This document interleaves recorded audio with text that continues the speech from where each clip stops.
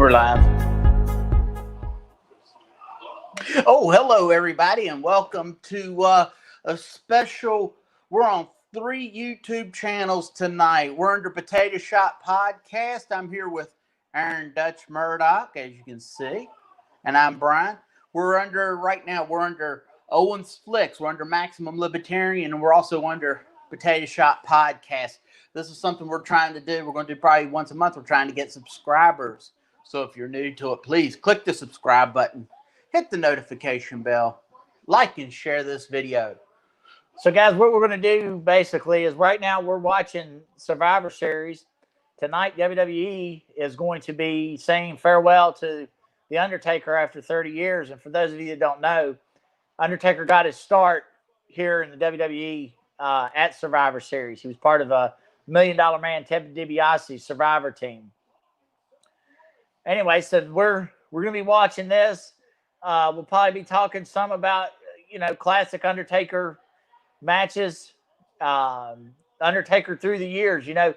One of the things that we've talked about, not so much here with the podcast and stuff like that before, but that we've talked about is how the Undertaker's character has changed through the years and how he's been able to reinvent himself from when he first debuted with just the almost like undead kind of look all the way up through what he is today.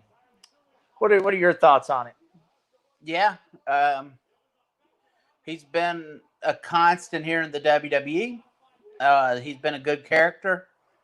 He's still got the best entrance in the business. Bar none, the best entrance in the business. That's right. Even though it's pretty much the same as it always has been. But overall, I think this has been really good. But I know they're saying this is a farewell to him, but I have this gut feeling. I just have a feeling something's going to lead to one more WrestleMania match, and then that's going to be it. I don't think this is going to be the big farewell like everyone's wanting it to be.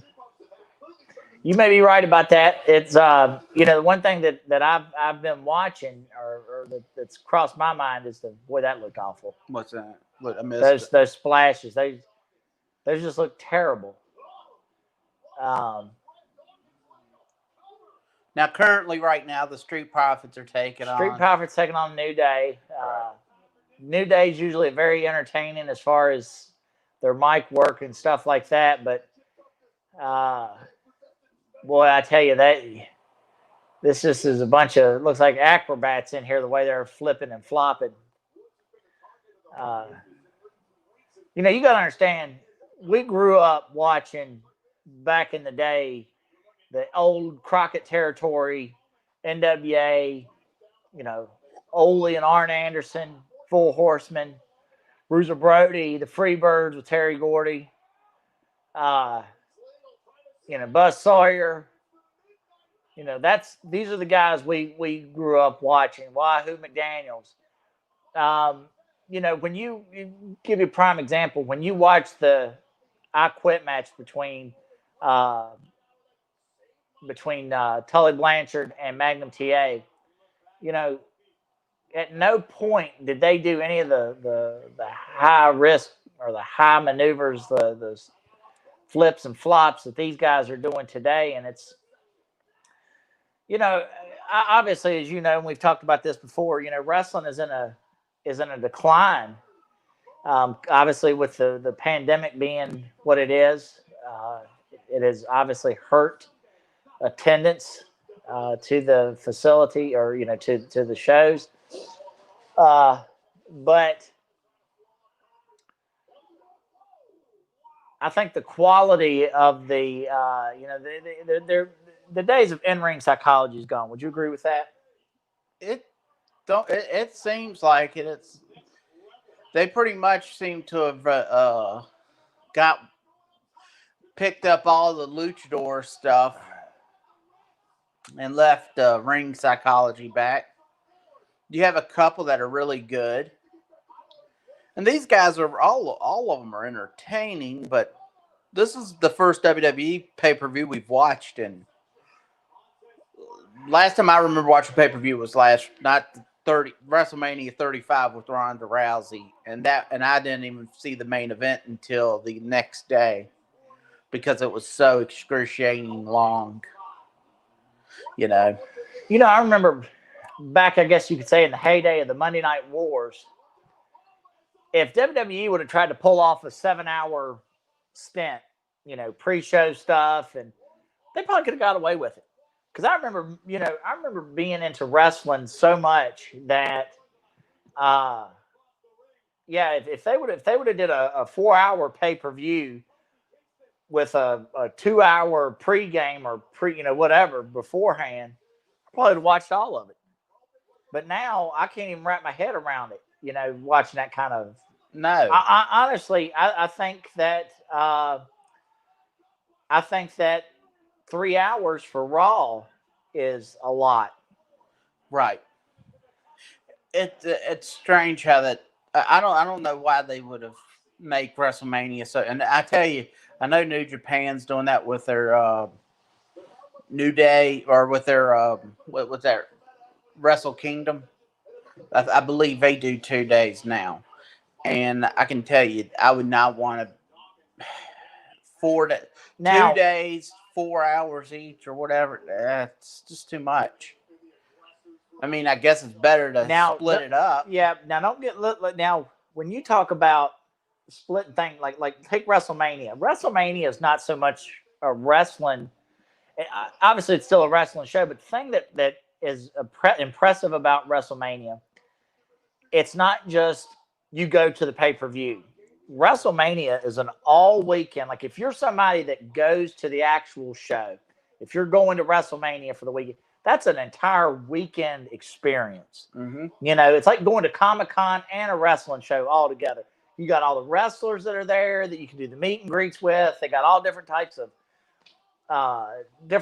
attractions going on prior to the event itself, and then of course WrestleMania itself is just a spectacle to be seen. I mean, whether you like him, or you don't like him, Vince McMahon has absolutely done a great job with WrestleMania and what he's made. And being a loyal Crockett Promotions kind of guy, it hurts me to say that that WrestleMania is the granddaddy of them all, because I was a Starrcade guy.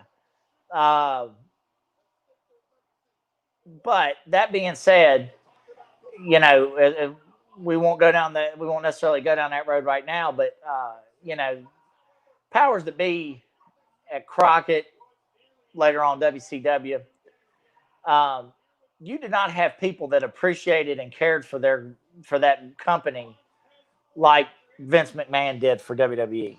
Right. Mm-hmm. So Street Profits just beat the New Day. I mean, it was a fine match. So I guess now they're going to all shake hands and show respect and all that good stuff.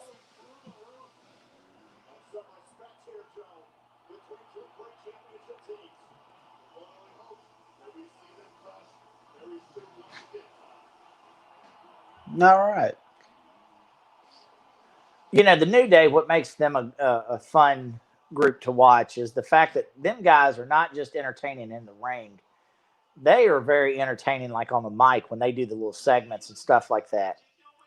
Right. They're like a total package. The other thing that's fun about them is that they can be the curtain jerker, or they can be the guys finishing up the show. True. They are able to be on both. They're able to do it both.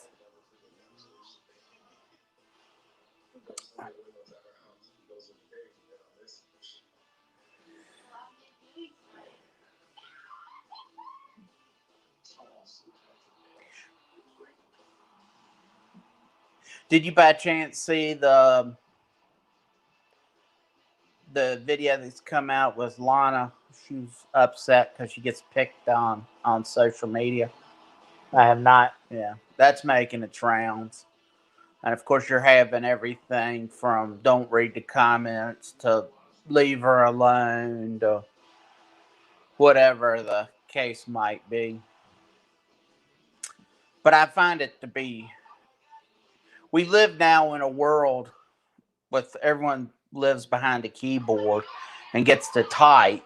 They don't have to show, state real names or anything to that nature. So in turn, they feel more secure in making these harassing people, if you will. I think she should be like Joe Rogan. Don't read any comments whatsoever. You know.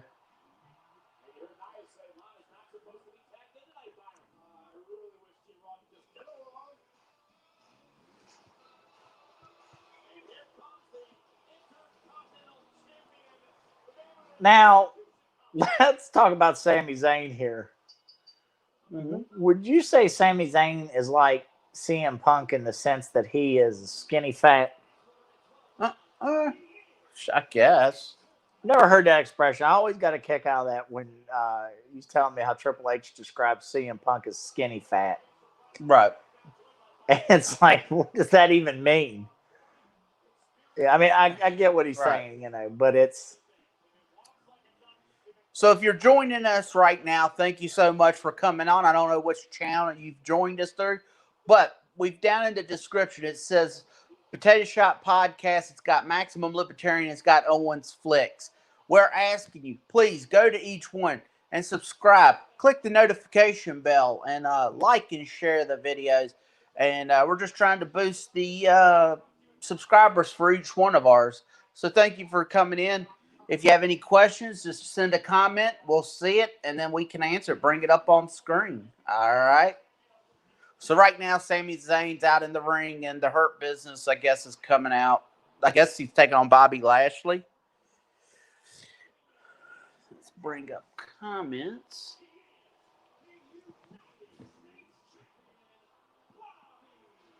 Now, Lashley's a guy who should be pushed hard. well, no, he really they've what on what basis?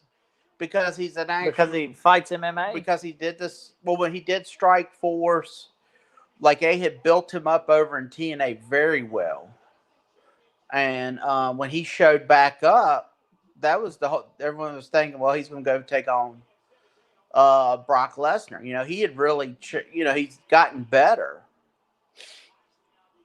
So, all right. So let me ask you. So in turn, no, I'm not saying he needs to be pushed and given the world title by any stretch, but I would definitely have him up more upper echelon. I mean, he's a big guy, And in today's world, like in wrestling, we're supposed to have all these little skinny guys. You know? Yeah, well, what I was going to ask you was, he takes on Brock Lesnar MMA. Who wins? No, Brock Lesnar. I'm surprised they haven't tried to put those two in the ring together. Right. Simply because of the fact, when Kane did his little stint, he immediately went in there against Brock. Right. What happened to Kane? What's going on with him? He's the mayor of Knoxville. Not Kane, I'm sorry. Cain Velasquez is who I'm talking about. Oh, not they Kane. just released him. He had a knee injury. They put him out. That he was getting healed. I think he got injured again or something, and they just let him go. So, it begs the question: how can a guy, an athlete at his level, talking about Cain Velasquez, that is, what's going on that he stays injured like he is? Training, the way he trained. All you have to do is look at that video of him doing the kettlebell swings with was it 260-pound, 265-pound kettlebell? And he was using all back. If you really want to know, I think that's one of the things. Who is it? And I think it was Connor was talking about it. But someone just came out recently and was talking about, they spent $1 million on their self, getting healing, doing all the stuff. Gosh, I know LeBron James does a lot. Maybe it was Russell Wilson that was the article, but and that's becoming really, really big. People hitting the cryotherapy, um, and all the alternative stuff to try to do the healing. Yeah. Well, that's definitely one thing about this business here is that these guys get hurt, and they're to say that they don't wrestle with a certain amount of pain each night would be a lie. Right. It takes its toll. Look at Hulk Hogan, doing the leg drop and the toll that took on his hips. Yeah. For how many hundreds of thousands of leg drops he dropped. You know what I'm saying? Mm-hmm. Eventually, whether that mat gives with you or not, you're still landing on a solid surface, and you're just not meant to collapse like that repeatedly. Right. Shelton Benjamin's a good wrestler too, but I don't want to say he's too old by any stretch, but he don't seem to do much. Well, I'll be honest with you. If it wasn't for the fact of the Undertaker saying his farewell tonight, or allegedly going to say his farewell tonight, Mm-hmm. I probably wouldn't be watching this anyways, because I haven't really been interested in WWE programming in a long time. Ring of Honor, NWA, AEW. Those were pretty much the wrestling I was watching, but I liked NWA and Ring of Honor. I mean, I like if AEW's on when I'm around, I'll watch it, but I don't try to rush out to see it by any stretch. But yeah, aside from like Brock Lesnar, there's a few guys here in WWE that I enjoy. Like Brock Lesnar. I enjoy, of course, the New Day, but of course, New Day's not. I don't enjoy the New Day enough to say I want to tune in for the New Day. No. I enjoy Seth Rollins.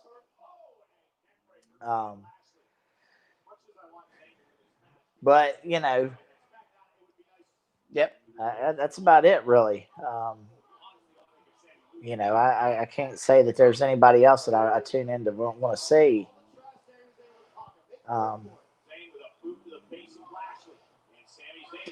And AJ Styles was good, but again, AJ Styles is not somebody that I'm going to tune in to watch. I think WWE's done a bang up job in making you not want to watch your product. And I'm telling you now, and we've talked about it on Maximum Libertarian, with the unions coming in. I know Andrew Yames wanting to spearhead it, and push it through. WWE has made a lot of dumb, like getting the fans, not letting the wrestlers do the cameo or Twitch or something, because they said some of them female wrestlers were making more on that than they were with their WWE contract. Yes. So in turn, had they just let them keep doing it, because all they're going to be doing is promoting the business here. So why not let them do it? You don't even have to. And now they're not going to be complaining because they're getting some extra cash. Because see, it used to be where they had the house show and the merchandise. That's where they would get a little extra cash, too. Right. Now they're stuck in one arena, and that's it. Right. But that's what's going to push them through. And I'm afraid what's going to happen is when WWE, if a union was to show up, or let's say SAG, a lot of the stuff that the wrestlers are getting right now, I think, would go away. There might be some type of little benefits that they're getting. And I tell you, I don't want to see the Ali Act with the UFC, because God knows we don't need the federal government being the sanctioning body, because they've done a terrific job killing boxing with WBA, WBC, IBF, WBA. Who's champion? Oh, they're giving up the belt. So UFC, if they're not thinking about it, I would already have it planned to turn these fighters into employees so you can sign them for 2 weeks or two matches and then move them along or whatever. That's how I would do it. Well, again, is the UFC any different than WWE in the fact that the UFC came into this promotional deal with Reebok, and in turn cut out all the sponsorships. Now they'll be like, oh, you can still have sponsorship, right? But the whole reason that somebody wanted to put their stuff or wanted to sponsor a fighter is they wanted their product on their tights. You would want it on the tights or on the big banner behind them as they're getting announced. I wouldn't pay. Some of them fighters were getting 6 figures. Right. So they would get injured, but because they had the sponsorship, they were able to live. Right. Now they get $2,500 for if they've had 0 to 5 UFC matches or something. But it is, and it's like you said. Now, still one of the big things that they're talking about is the UFC. Those guys complain about pay. The amount of pay that they get per fight. And I know we've talked about this before. Okay, well, look at that. Did he quit? With a full Nelson. That's good. That's Ken Patera style right there, buddy. Yeah.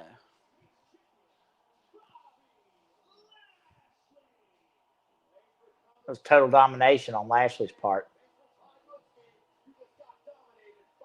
See, that Hurt Business is a really...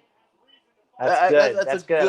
It's a good-looking group. It's a good-looking group. I like the way they're carrying themselves. Right. It is. That's a... and they all are good wrestlers. Yeah, because, that's a MVP, Shelton, Bobby, and so I think it's Cedric Alexander. He's from Ring of Honor. Yeah, that is a solid that's a solid lineup right there. It's a good stable. Yeah. So Bobby Lashley won.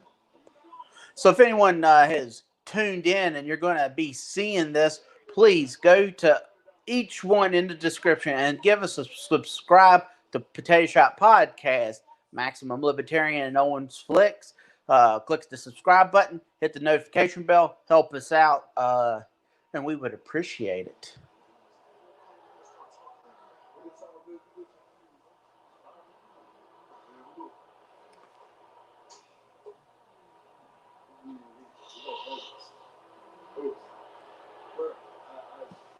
Teammates, they do, they weren't listening to us. I went out there.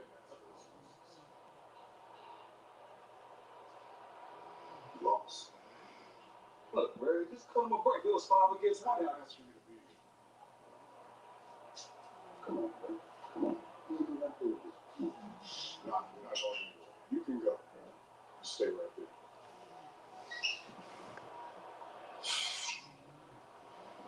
You lost because you can't control the team. You can't control the team because they don't fear you. They don't fear you because they don't respect you. They don't respect you, they don't respect me. And they don't respect me, they don't respect our family.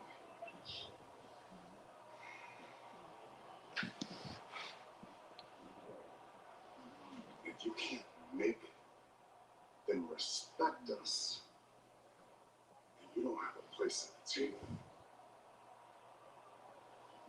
As a matter of fact, just get out of here. It's this. Just get out of here. Go find your brother and get out of my room.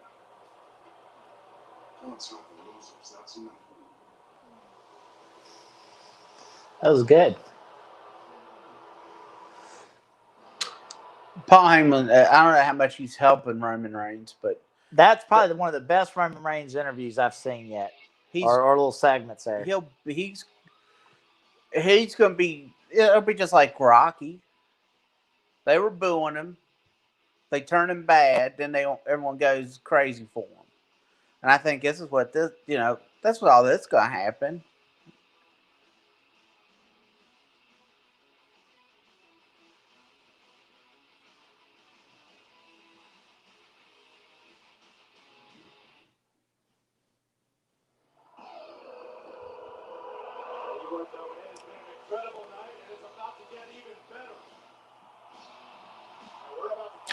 So with all the changes, or that's not even changes, let's go over the Iron Mike Tyson, Roy Jones Jr. Let's see.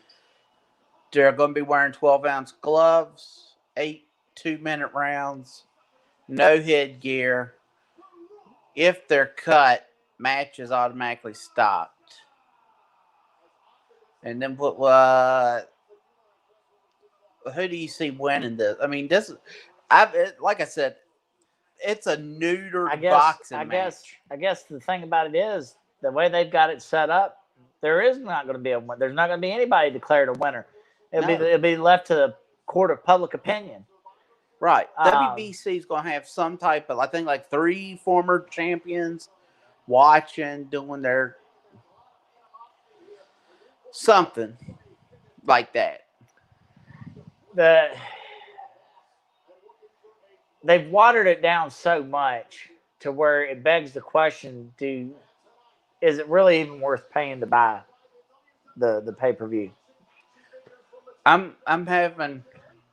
I wish I could have better feelings, but I don't know. I mean, Mike Tyson looks good. Roy Jones Jr. looks like they're both throwing good hands. But I really don't know. I'm in agreement with you. Hey, everybody, welcome there. I see that we've got a couple viewers there. So thank you for clicking on. I don't know which channel you're on, but down in the description, you can go to all 3. You got Potato Shop Podcast, Maximum Libertarian, and Owensflix. We're trying to get some new subscribers to each of the channels. So please, if you're not subscribed to one or the other, subscribe to all 3. We have here on Potato Shop Podcast once a week. We do a podcast. You can find it here, and it's also on wherever you find your podcast right now. So please do us a solid and like it. So right now, what you're about to see is Asuka taking on, I guess, Sasha Banks. Yep, Raw champ versus SmackDown champ.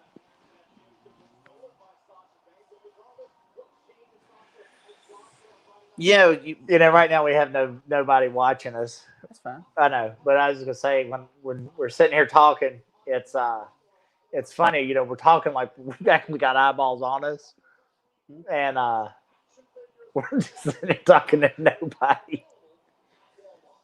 And then your reaction when somebody clicks on me, it's like you're a dog with a score. You're like, "Hey, welcome to Potato Shop Podcast."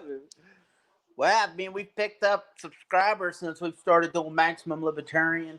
We're trying to hit that every about 4 times a week for a half hour each day. Yeah. How many subscribers?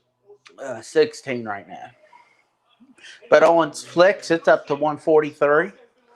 After 10 years? Yeah, 10 years. But still, I mean, it's still moving up.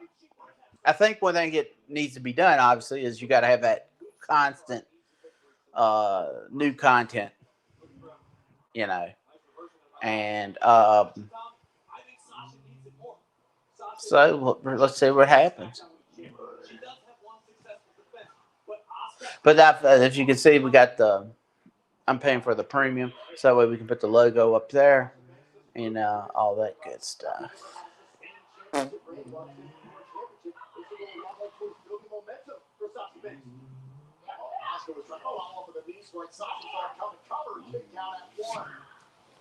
Sasha Banks has said goals unstoppable, the leader, the boss of Friday nights. No doubt in my mind that I am the best of the best when it comes to facing Asuka. Well, the overconfidence has served Sasha well for the majority of her career. Now, if I'm not mistaken, Charlotte Flair was the first one to pin Asuka, correct? I think you might be right. I think that's the case. Yeah.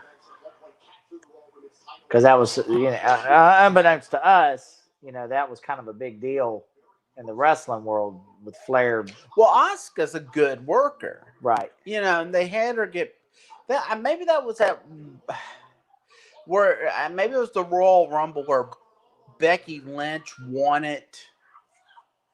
She lost to Asuka at the very first match, and then she just walks out there interjects herself into the Royal Rumble and she wins it. And it was one of those moments where WWE did not want Becky Lynch to be. That's what really surprised me more than anything is how WWE tries so hard instead of listening to the fans, sit here and go, "Oh, we got to do." We're this is how we're going to do it. I understand that sometimes you want to finish a storyline. I'm cool with that. But sometimes when a wrestler's getting booed and people aren't coming out, you change. Well, the thing about it is, though, you can't sit here and tell me that WWE sees anybody as competition to them. No, they don't. Because they match up NXT against AEW. Yeah. And NXT's their junior show, if you will. You know what I'm saying? I mean, it's not even. Now, granted, NXT is probably the better of the products as far as storylines and everything like that, but they put NXT against AEW, and then they don't even acknowledge Ring of Honor and NWA. No. Any of them. And, so in turn, I think that a lot of times the people doing the writing and stuff like that, all they're going to do is whatever they want to do because it doesn't matter. Right. It just doesn't matter what we want. And like I said, one thing that has always bothered me about the way WWE took their business was that you and I grew up diehard, lifelong fans of wrestling. And we grew up buying the pay-per-view, buying the music, buying the T-shirts, the action figures, all that stuff. And the way they, repaid people that were diehard fans was they completely just shit the bed on us. Oh, yeah. And now, to be honest with you now, I don't see WWE trying to create lifelong wrestling fans. I think that they're, if they can get a couple of years out of you, great. If not, well, thanks for stopping in. Yep.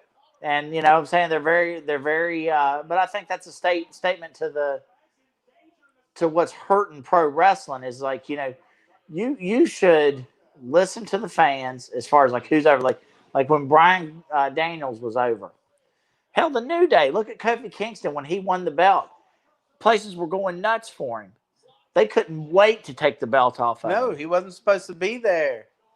Could not wait to get the belt off of him. I mean, Sasha Banks, the exact same thing, I mean, she's been jobbed out and started and restarted. And it's like now, by the time they finally start giving her a push, it's like, all right, well, it's too late.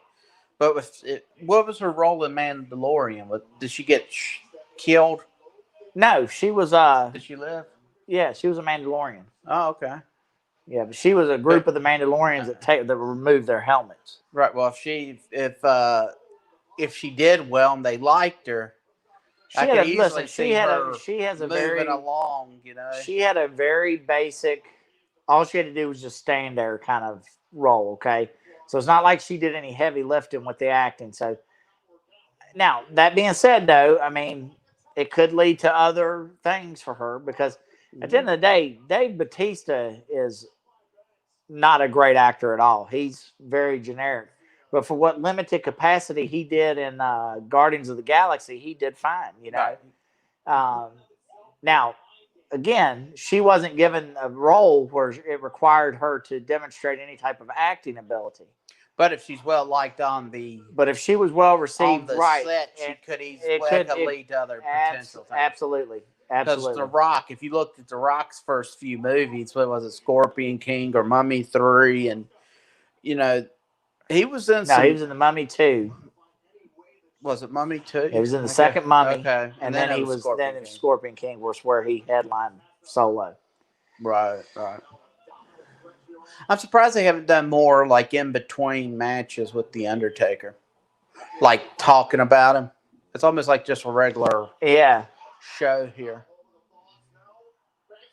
Now, what I was going to say earlier was talking about Undertaker and this being like his 30th anniversary. Uh, he's getting kind of a bigger, well, and obviously he's going to get a bigger send off than Ric Flair just because he's, Undertaker is a WWE product. Ric Flair was kind of already Ric Flair when he got to WWF. Right. Whereas Mark Calloway wasn't Undertaker until Vince McMahon made him Undertaker. So it's fun to kind of see this. But I absolutely, they with the documentary, The Last Ride, and then of course now this, celebrating his 30th anniversary of Survivor Series, and then I absolutely look for WrestleMania weekend to be all about the Undertaker. The guy's getting the red carpet treatment going out. Right. I just hope. I feel pretty confident he won't, but I just hope that he doesn't do like Ric Flair and retire and immediately go out and start working with whoever. Obviously I don't believe Hogan's going to be doing anything, but talk about taking all the steam out of it. That's because Ric Flair's piss poor. Didn't know how to budget himself. I mean, he lived the gimmick, and then when the time, she missed that, but that looked rough. Ric Flair, where he lived the gimmick when he quit making the money, well, now he can't, do the stuff. But he was been bad with money. Remember Bruno Sammartino in that video talked about Flair. He would get help from the promoter, and then he'd have to pay them back, so they don't want to fire him because of he owed them so much money. Right. I guess honestly that's a smart thing to do, so you don't get fired. It creates job stability because if you owe somebody, they're gonna want to get their stuff back first. But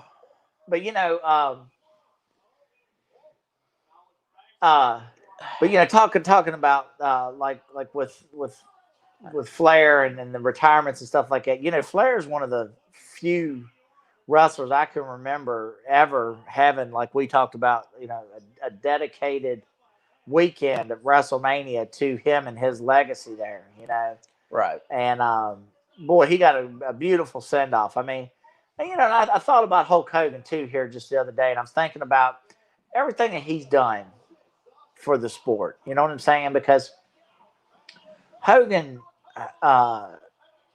Hogan was one of the first wrestlers to really break out of the world of wrestling and cross over into pop culture. You know what I'm saying? So it's definitely something. But when Hogan got put into the Hall of Fame, he was just right in there with normal class. There was no big celebration of the Hulk Hogan career. But of course, I don't know. You would have thought McMahon would have gave him a little bit more love than what they did. But that's true. But unlike, because Hogan did Ric Flair never testified against Vince McMahon in a steroid trial. Well, no, but he never testified. But if you remember, Hogan, they thought he was going to testify, and then when he went in there, he pretty much went opposite of what the federal government, from my understanding, was thinking. So he was like, McMahon never told me to take it, the steroids, or so in turn, that's what helped McMahon get out. That was what they were. Both sides were banking on Hulk Hogan. What route was he going to go? Right. But once again, I don't know how McMahon. I mean, he's smart because he's never bashed him. Besides, he don't bash people besides the Ultimate Warrior in public. That's to my knowledge too. How he does. McMahon is right on that. The Ultimate Warrior is the only wrestler that the WWE's ever made a smear DVD set on, right? Yes, and they were going to do the Bret Hart smear DVD, but then Bret came along and worked out a deal so he could come in and help fix the match or work the pay-per-view or DVD out. It's funny when you look at the Ultimate Warrior DVD. when you really get down to brass tacks, who really come off looking like a dumbass in that? Him or them? WWE. Them, because they're telling the story. You know, McMahon said, I couldn't wait to fire him. But you put the belt on him. But you put the strap on him. The guy made... couldn't cut a promo to save his damn life. Right. And you put him over like gangbusters. Right. You know. Now, I don't know if Ultimate Warrior should have been the WWE champion. I mean, it was fine with him being it there one time. But just the character alone. I mean, as a kid, I enjoyed Ultimate Warrior. Sure. You didn't need a belt on him. No, but, you know, I also get, too, that at the time when he come along, was at a time where WWE was still listening to the fans, you know, and he was over. He was hot. And, you know, and they did right to, you know, to give him the strap there for a little bit. But I always find it interesting, though, you know, about how Hulk Hogan, you know, wanted to get that loss back, that he never had a chance to rectify that loss. That's a turd of a rematch, too. Yeah, it was.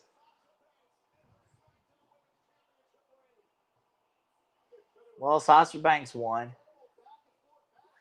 Wasn't a bad match. That was decent. Sasha's... They're both good workers. Yeah, I like Asuka better. I tell you, I will give WWE kudos in one thing. What's that? I think that the female talent that they have now is online and in par with the female talent that you used to see back in the day.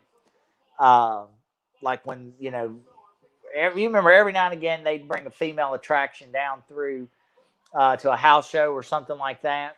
Mm-hmm. And I can always remember just being like, holy crap, them women are trying to kill each other because they were so violent and rough with each other. And of course, they had to be to compete with the men on the card, you know. I will say, watching the female wrestlers now is a lot easier than it was back in the 90s. Back in the 90s, those girls had... McMahon was making women that had no business being wrestlers try to wrestle. Yeah. Like Stacy Keibler and Tori Wilson. You know, it's like... Or who was another one? Michelle McCool. She wasn't that good. And we want to bring Michelle McCool up since that's the Undertaker's wife. No, there's another one that I can see her face. Who's the one that did all the smiling? Perpetually smiling. Like cheesing really hard. All of them. Well, anyways. But be it here or there, but it was just they were awful. I mean, Stacy Keibler wasn't any good. No, Stacy Keibler sucked. Sable sucked. Yeah. Only thing, you know, if you look back on Stacy or Sable's career and say, you know, what's her legacy she leaves behind? She leaves behind killing Mark Marrow's career. You heard that story. Did you see that? Yeah. Yes. Because when he took a power bomb from her, that was the end. Good for him. He thought he was probably being nice to his wife. Help get her a little work, get her a little money. Get her over. They're happily married, and the next thing she's dropping him like a hot potato and picking up Brock Lesnar. I think someone crapped in her bag. In Sable's bag? Mm-hmm. Really? Yeah. You have to Google it.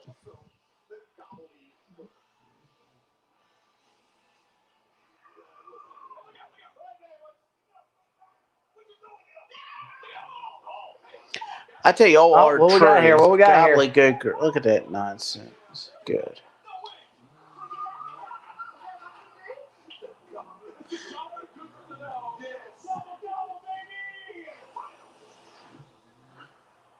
Oh, God.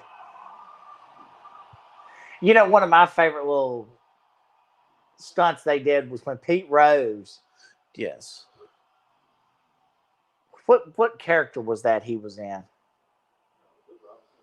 I don't remember, but I do remember him doing his thing, yes.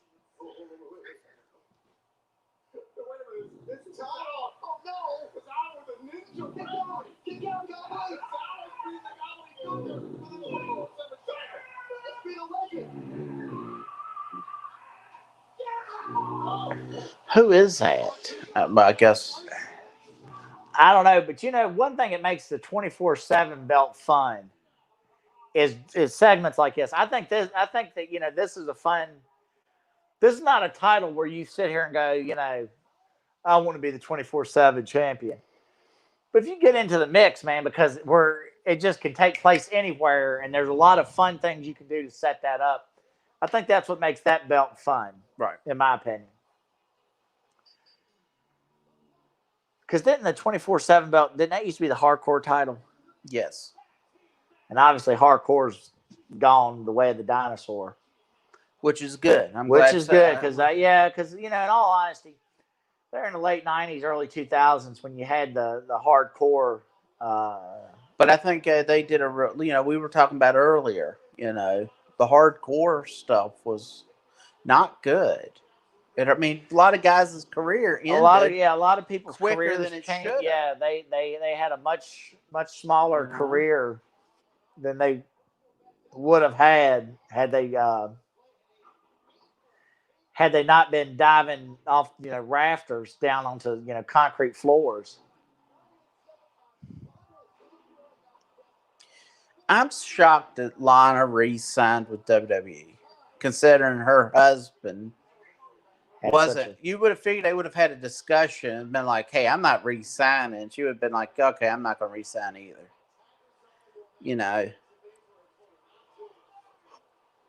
Shayna Baszler should be the champion. Yes, she should be a dual champion. Yeah. All she is, she just hurts people. It seems like if someone's getting injured.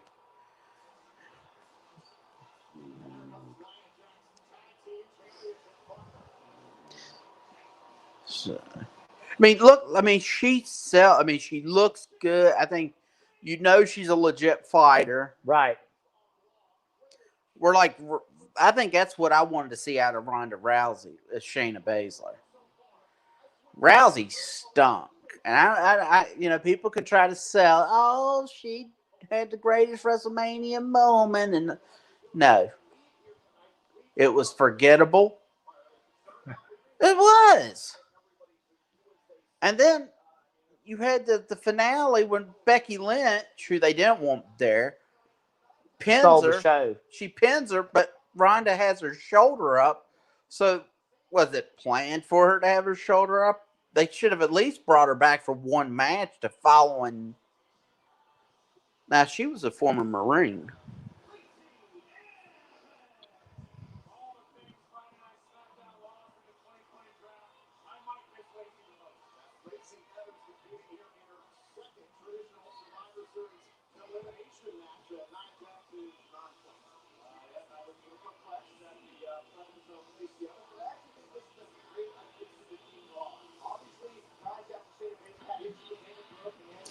See, we had up to 3 viewers. You see that? Yeah.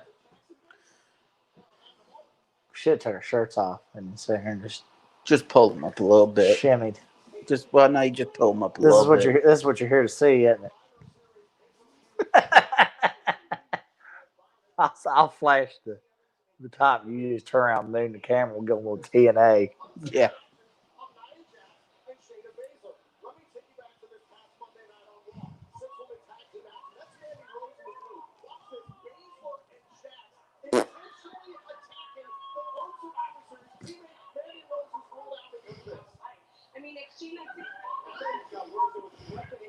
And see the retribution, which is I have no clue what they're.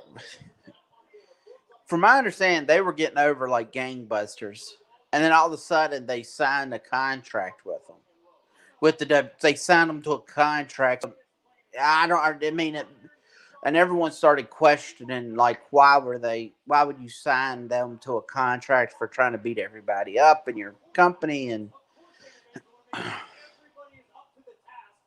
it makes no sense. Were they legitimately attacking people? No. Well, I mean, as a gimmick, they were showing up, jumping the rails.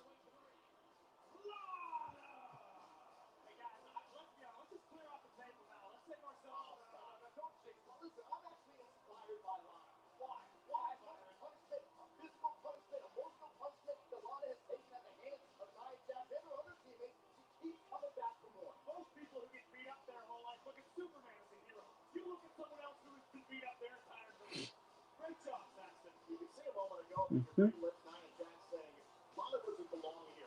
And Nia Jax and Shayna Baszler done everything humanly possible to get Lana to quit. And if you saw the WWE Chronicle on the WWE Network about Lana that came out yesterday, you'll understand how difficult that is to do for a person like Lana. WWE Survivor Series. Okay.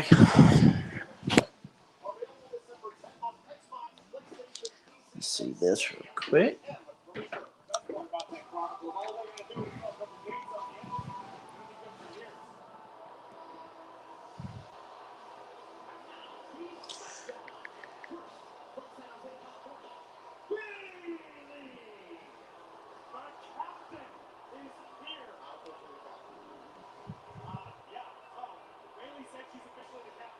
She's a role model. She was the longest reigning SmackDown Women's Champion in history. I don't want any other. Oh, look at us looking at her. I just wanted to check out the YouTube feed. yes. Let's see, go back.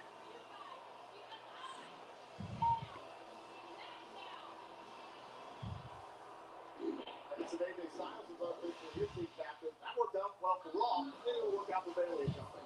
With Bayley's big captain. Okay, we're live there. I love everything about the ESP of WWE. She had a big premiere, so to speak, last year at Survivor Series here at WWE. We're live there. Bianca represents the blue brand. Okay, we're live. And finally. This is going to be a difficult outing for Team Raw with Belair and Bayley.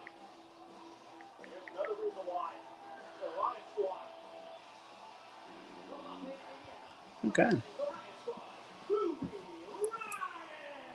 This is an emotional weekend for the entirety of the Riot Squad. Yesterday was 11/21. Oh, hello for joining. Thank you for joining us.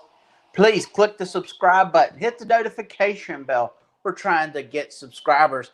We're on the three here: Potato Shop Podcast, Maximum Libertarian, and Owensflix. Please give us a Now, go to Owensflix if you like watching people drive over rocks. And then you got military real slow. Military videos. You got different bands. You go over there, check it out. All your bootleg needs. Yeah, all your You'll be bootleg mad needs. over there on Owensflix. So, please give us all a like. We would appreciate it. And follow us on Twitter as you see the scrolling ticker. Check out Potato Shop Podcast. We talk about pop culture, MMA, and we have no viewers now. We ran whoever it was off. I guess we started doing this. Let me get back to carrying. Hey, welcome to Potato Shop Podcast. Go fuck yourself. Well, put that in your comment. How about that one? Well, we can attack them. Oh, so you want to tune in now? No, ain't nobody there. Yeah, it'd be nice to know who this. And see, sometimes they'll comment and you can bring it up. Hey, welcome to Potato Shop Podcast. We're watching the female wrestling. This is typically when we would take a break and go get something to drink. If you smoke, step outside and smoke. Anyways. But we're here tonight to celebrate the Undertaker 30 years. Who would you say is one of your more memorable Undertaker rivalries? Probably it would have to be Mankind. That match with him, and they had been the second Hell in a Cell, because I didn't think they would have been able to top the Shawn Michaels Hell in a Cell with Undertaker. Oh, sure. And my God, they came out and did it. It was amazing. Well, it was amazing because they were killing each other. Yeah, it was. I would agree with you. I would say if Mick Foley said, "Hey, I'm going to do this spot where I'm going to get thrown off the top of the cage." I wonder if he said that or if it was just like, "All right, this is what we're going to do." Yeah. You would have to imagine they would have told the announcers so they don't have something hard or sharp up there. I would imagine, but. Well, it's hard to say. I just can't imagine what that felt. Because, that like when Shane did it, it Yeah, because looked it's one of those things. staged. Like He was prepped. it's one of those things where it's like, yeah, you ever jumped off of something and you didn't think it was going to be as high as it was, Yeah, and you and it's a fell, jar. yeah, and you fell for a whole lot longer than you expected. And the thing about it was, too, man, was he came down and landed on his back. Yeah. That's coming in hot. But that's probably And that you're right.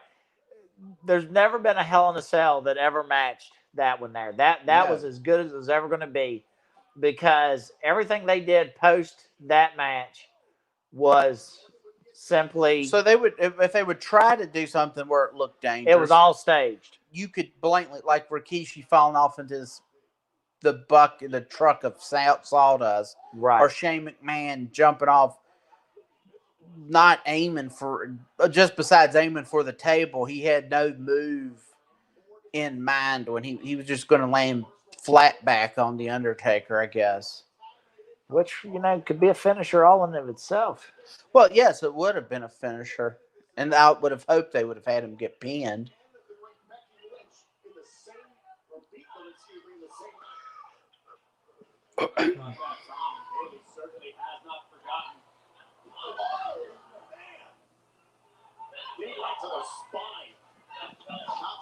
Oh, that looked good.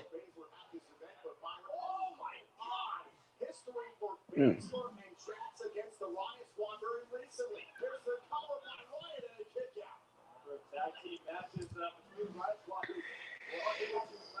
Looks like, Yeah, like we were talking earlier, though, female wrestling has come so far. oh yeah, You've actually got women in here now that can actually bring it. You know what I'm saying? And are really talented.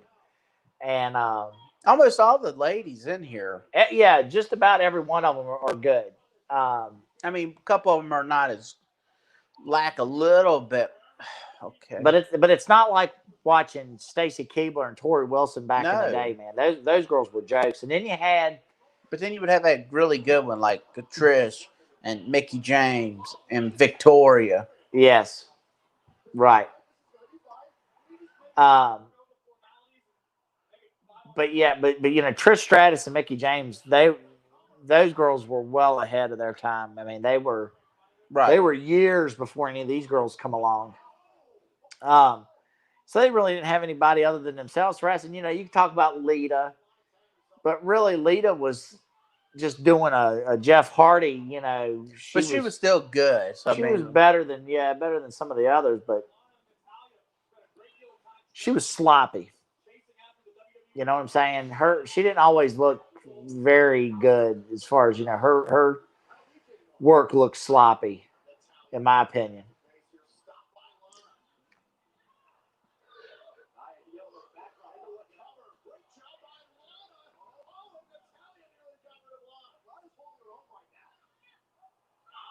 Is she holding her own or just delaying the inevitable? A long ways to go in this matchup. No one has been eliminated yet. Oof. Yeah, it's.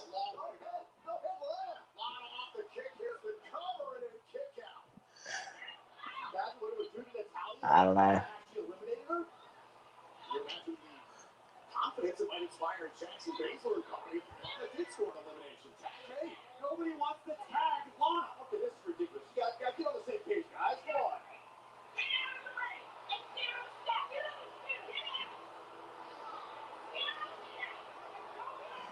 They ought to have somebody run over and small package her. Yeah.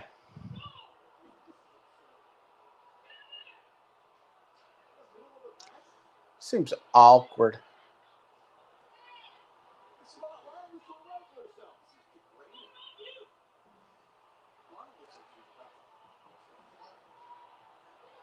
It's just. How do you like Bailey's mom haircut? It looks good. She just looks like somebody got out of a minivan and was like, "Hey, you feel like being in the ring tonight?" Yeah. Well, whatever. And her pants look terrific, you know. Now she has the old tiny boots, so it looks like she got, what's it called, culottes or whatever. Yeah.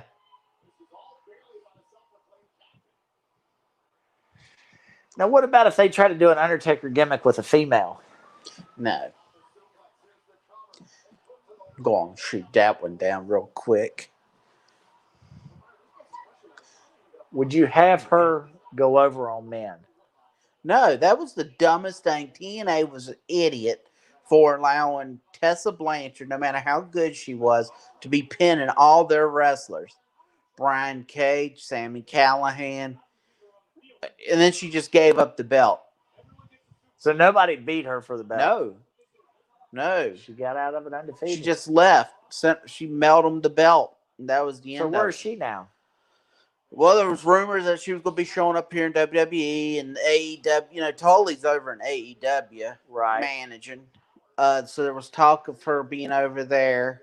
You know, that's funny you bring that up because you got him over there in AEW, you got Arn over in AEW, you've got the Rhodes boys over in AEW. And you know what? The AA has applied for the Four Horsemen trademark. Has he really? Yeah. Because, you know, Cody was going through, and, like, whenever, like, War Games would come up, or War Games, I don't think it, but, like, the match beyond, he got the Copyright trademark.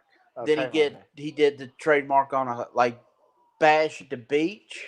Really? Yeah, and they had a Bash at the Beach while ago on AEW.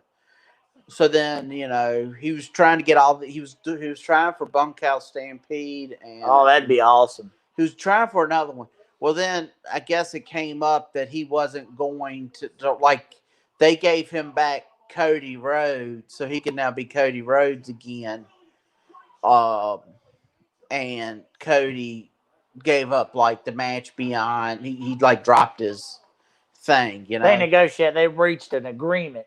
Pretty much, yeah. Yeah. Which was a good idea, but I know the guy who helped him has helped a lot of these other wrestlers, and in turn, now here's what you enjoy. Yeah, everyone climbing. Everybody's to the road, going to climb up, but everybody's going to be standing right there. Nobody's going to move. Now, see, if you look at the fans, that's the problem that you got. Look at that one guy. You know, it looks weird, them being on screen.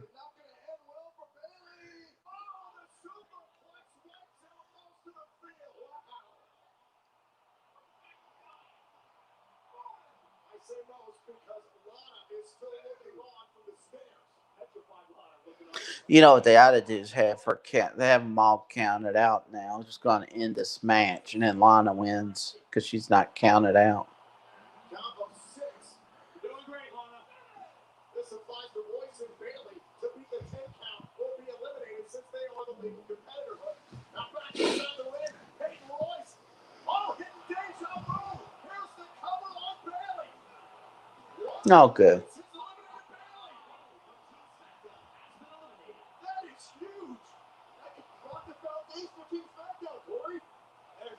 Some sort of explanation. That's our captain. The captain. Here we go. Another one. All right, so Bailey's gone. Yeah. And now Natty Neidhart and Peyton. Sounds like a beer. Give me a Natty Neidhart. Yeah.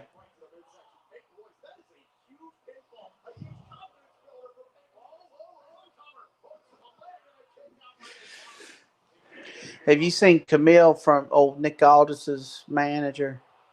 She was in a fitness contest. She got all jacked up, and then she dehydrated herself. I think she might have won. But her and the other guy, Tom Latimer, they're now married or getting engaged. So that's always nice. You know, at the rate we're going, Nick Aldis is going to be the longest reigning NWA champion. I wonder what the record is. I've never searched, longest reign for NWA champion, but hell, he's been champion now. What, 3-4 years? A couple years at least. Yeah. Let's look it up. Don't get me wrong, man. That's not a bad thing because Nick Aldis is a really good champion, and I really like him as champion. So I'm not saying that as a dig, but it's just like, obviously with no we got a submission there. Yeah.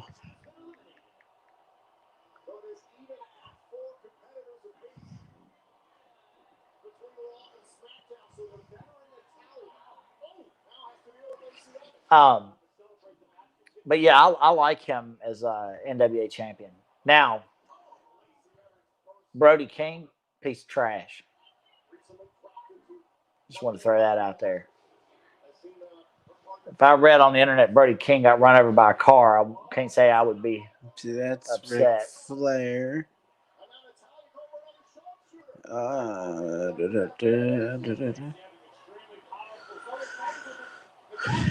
Well, it's got a list of champions, but there's so many NWA champions. Right.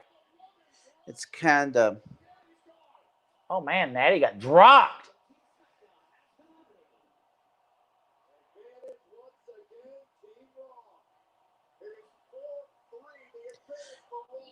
He's at 761 right now. And well, I guess he did lose it to Cody briefly. He did. And then won it back. And they tried to get him to come to NW or AEW. And he felt, he was just like, look, I like the NWA. I like the idea. He is up. Let's see. Ric Flair had a reign for 793. That was his fourth reign.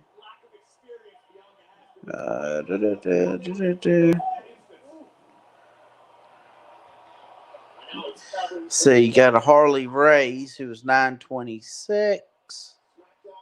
Harley Race may have only held it. Dory Funk, Gene Kaninsky, both 1,563, 1,131. Wow. Lou Thesz had a long one in the thousands. And then you had a Pat O'Connor with 903. So he's up. Well, let's see. Another Lou Thesz was a 1,094. He held it a total of 2,300 days. So. Well, now, how many years did Bruno hold the WWE title for? Like 7? Something like that, yeah. You just don't see long title reigns anymore. You know what I'm saying? No, you don't. But I think now, let's see, 761. Okay. If we base title reigns off of, say, UFC, there's a mix, because you have some guys that win the title and they make a few successful defenses, and they may hold it for year, depending on the frequency of how quick they fight. Right. A couple of years, maybe. Depending, like I said. But then you have guys, come in there, man. If you remember with the light heavyweight title, man, it was like a guy would win it, only turn around and drop it the next pay-per-view because, next time the title was defended because that was just how much talent was in the light heavyweight division. You can make an argument to have these quick title reigns, Right, but I also think you can make the argument of having a long reigning. You should always have like a John Jones, a Harley Race, Nick Aldis, someone who holds it, and when they finally do lose, it's going to be something special. Right. But you don't want every champion to be, 4 years. No, but I mean, like I said, there's something for keeping some surprise there. You know what I'm saying? Because, like, you remember, man, when Sid was back in the WWE, right. Bret Hart would win the title on the pay-per-view on Sunday and then turn around and Monday night he's he's looking at the lights, giving up the title to Sid Vicious. It was a quick turnaround. And there's something to be said for that. I mean, I guess what I'm getting at is it's a balancing act. It's Right. So the only thing on SmackDown is Ruby Riott and Liv Morgan, right? I think so.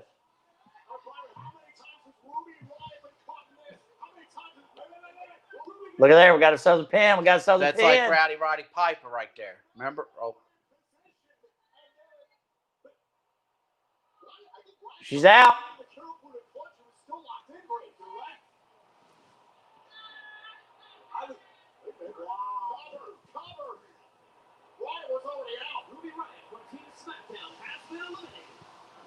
So who from Raw's lost?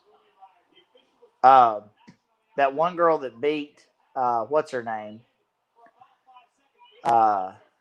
Bailey. She's the only one that's been eliminated.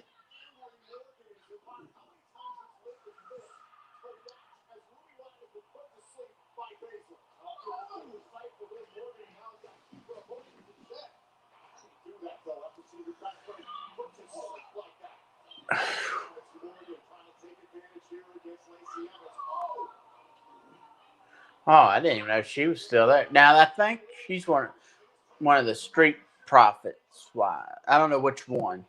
Okay. But the Bianca belt, the one on the apron, obviously.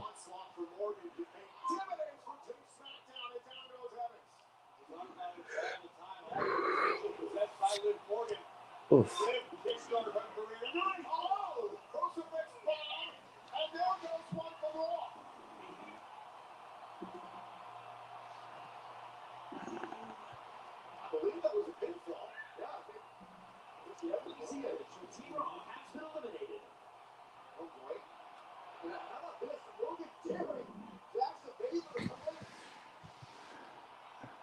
I would imagine something's going to play out where Lana's going to be the last person standing. They're going to forget she's still there. I think she's going to screw. Oh, yeah. Nikki or Nia Jax. Yes. She's somehow going to. Nia Jax has put her to the table, what, 9 times? Something like that. That's what they were showing there, yeah.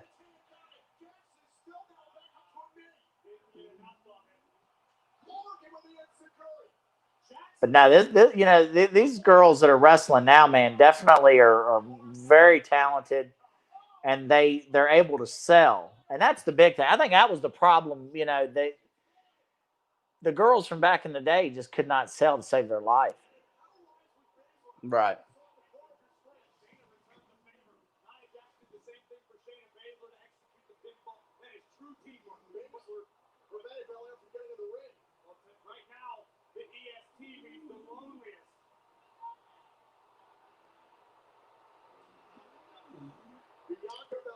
So we got this match. We got the men's Raw match. No, that took place already, I think. Should be just a heavyweight championship match after this. Reigns and McIntyre.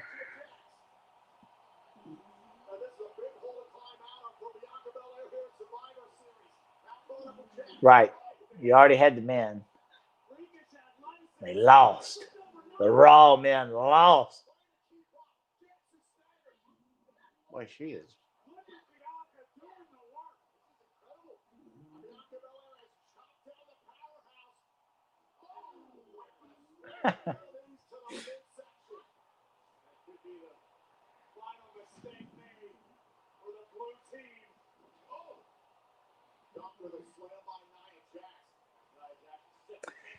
Mm-hmm.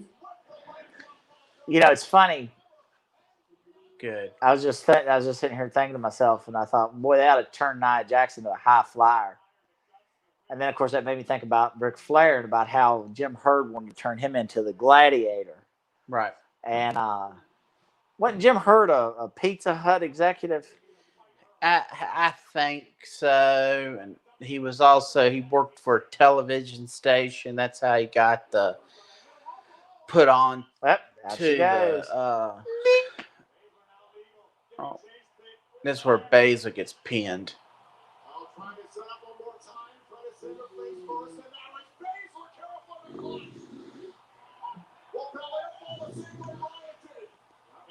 I like Baszler because I think the way she wears her makeup, it looks like she's been in a steam room, so her makeup looks all, dark around her eyes. She just looks like a. Then she wears the mouthpiece. Oof. This might be it. Oh yeah. See, look how smart she just looks. So good with her moves. Like, see, that's a legit move. Can end. It'd be nice for them to start teaching the wrestlers like the basic stuff, like turn your head and tuck your chin or whatever. You know. Well, now one thing that won't change, that was even this way back when we were still believers, if you will, was the fighting out of it. You know what I'm saying? The reality is, if she really had that locked on, 3 to 5 seconds, she's out. There is no struggling to get to the ropes unless it's just not put on there right. You know what I'm saying? Yeah. But that's not going to be anything different. I mean, Johnny Weaver used to be the classic. Nothing's greater than the old days. Smacking you on the back of the neck, get the blood flowing back to the brain. DQ. Okay.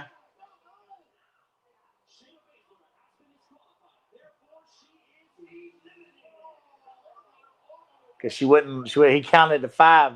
She wouldn't let go. Okay. All right, here's where you're talking about Nia Jax. She's going to get screwed. Lana's going to come over there take the limp carcass of Bianca, of course. Show something, man. Like, you just came out of.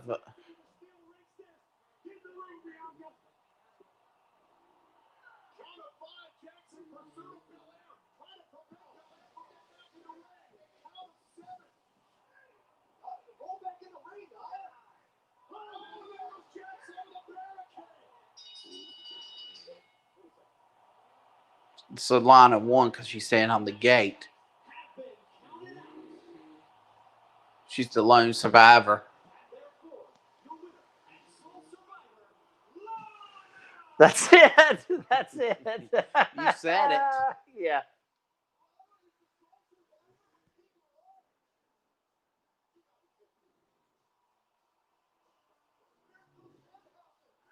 She said, I won.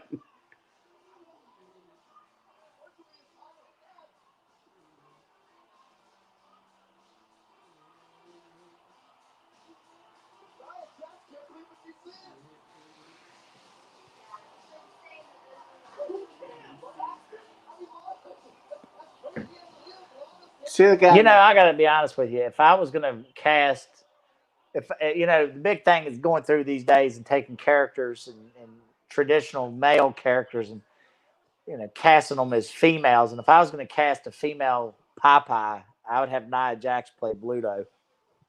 Yeah.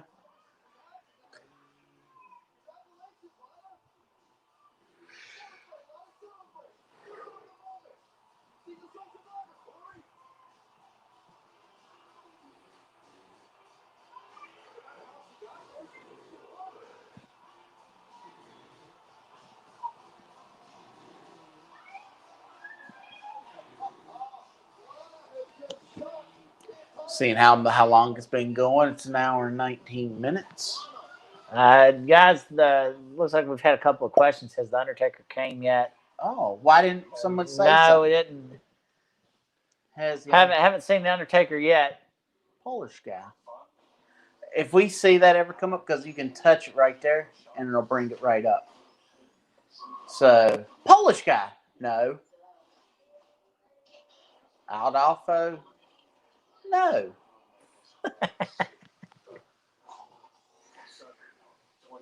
So if you see a question come up, sure, let us know. Here we were just.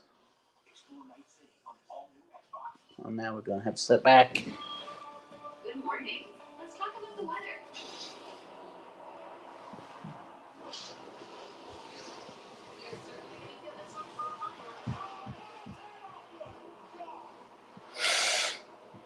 See, this is like TLC. TLC right here is like Hell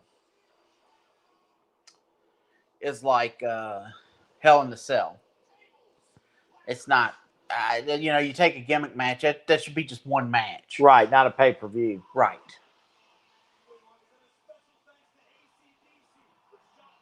Hey, I tell you, speaking of AC/DC, guys, if you haven't checked out their new album, Power Up, absolutely do it. If you're an AC/DC fan, top to bottom, good stuff. Very good.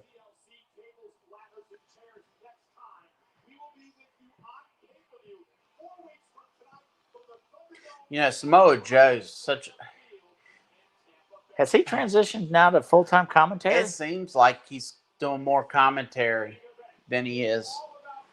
All right, so this is the main event. Yeah, so, all I want to say about that is I know, for years, I've always, if you're not wrestling like these guys are getting ready to do, then your quality of life as a employee of the WWE's got to be poor. If you're a wrestler, that is. But the reality is, you had, John JBL. He did a lot of stuff behind the scenes that just, we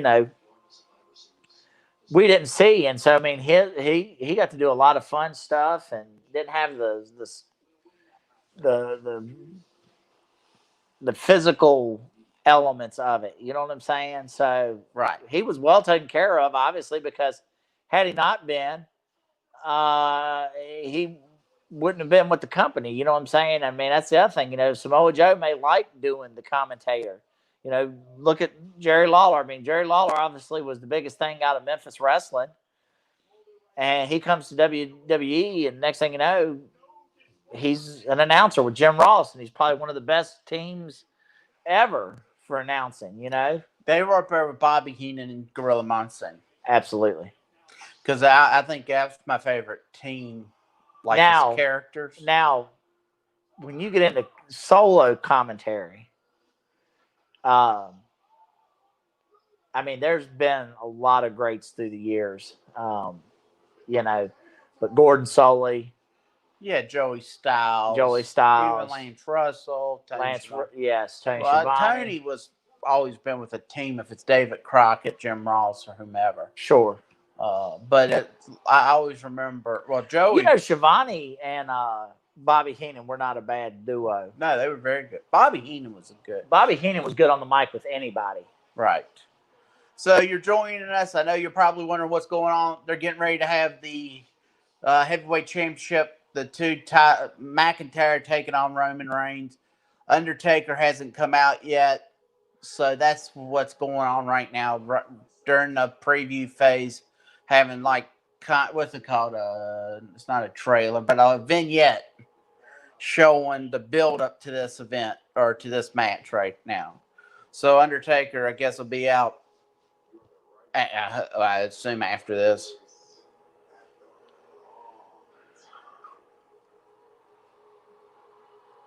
I'll be interested in what's going to happen when Brock Lesnar shows back up. How are they going to play the Paul Heyman?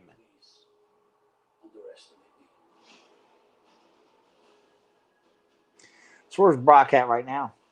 At home. That's from what they said.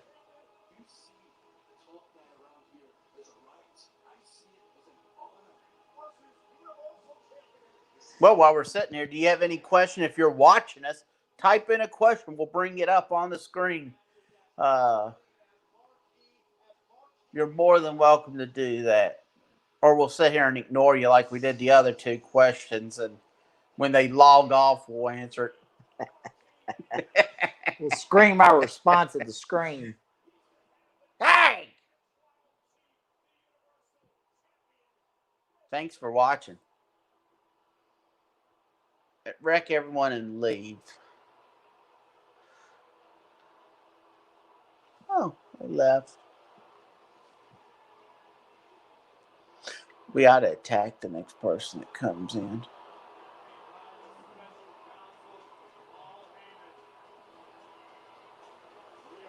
No. Come on! This is what you want to see? Hey, speaking of which, I watched a... that fat man looks terrific. I agree. We need to rent that. Yeah, I was telling Ben, I said, man, I'm going to get it. I was going to find out whenever you gonna want to buy it? watch it. Don't buy it. I'll rent it. What are you looking like for Wednesday? I'm only going to be working Oasis after that. All right, let's do it Wednesday. All right, I'll say something to Ben. Hey, everybody! If you're, Hey I know guys, if you're just joining us, we got Roman Reigns heading to the ring right now, getting ready to have the main event between him and Drew McIntyre. Undertaker has not come out yet. Undertaker will be next. I tell you, it's I really enjoy Roman Reigns as a heel. I enjoy the fact that they've put him with Paul Heyman. I think that Paul Heyman, his mic work is going to take Roman Reigns' mic work up. He can't do anything but get better Right. being around Paul Heyman. This is what Roman Reigns should have been doing 5 years ago. Right. When he was getting booed out of the building. Right. I just wish we were in a different time where we could have live crowd, because I think that there's something to be said when you have a live audience. Because when they turned The Rock bad, and The Rock would go through his his little string of catchphrases, and then he would address the crowd when they tried to sing along with him. I always enjoyed that.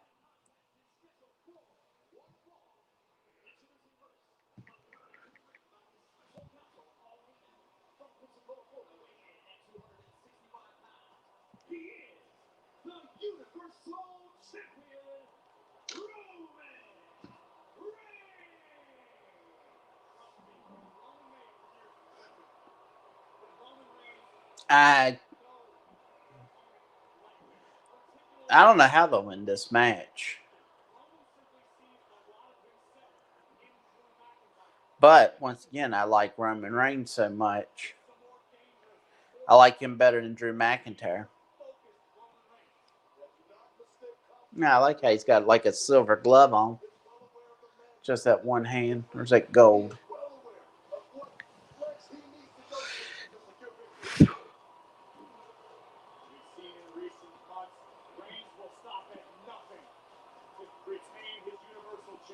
We know Reigns will go the extra mile.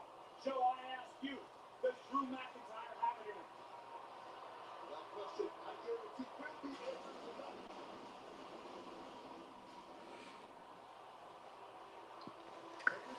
able to. So, walkout songs for pro wrestling, not so much UFC or any of that. Mm-hmm. I can't say that I feel any of the walkout songs anymore. No. I can't say that any of them really do anything for But me. it's few and far between now. Where it used to be, they used to have a lot of good. Oh, yeah. Like, but one, I think it was just a riff. Right. So, Stone Cold's was very easy to hum. Razor Ramon, easy to hum.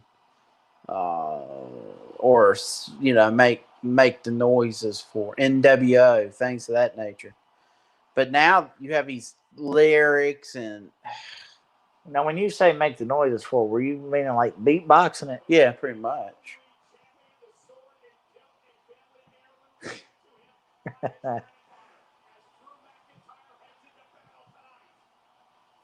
You know, it would be fun to see. He had to swallow that sword. Yeah, light it on fire.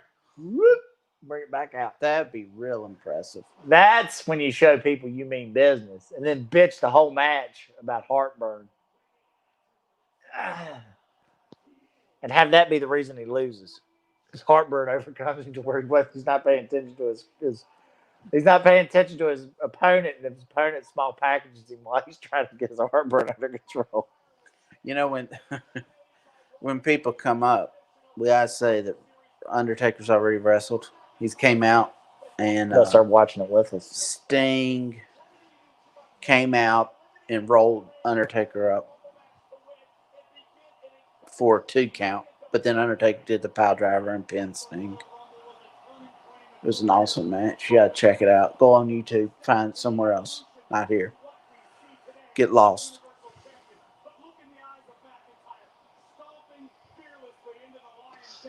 You know, you just figure Drew McIntyre is part of a 3-man band. Look at there, Owensflix. Yeah, is my top feed, and not Potato Shot.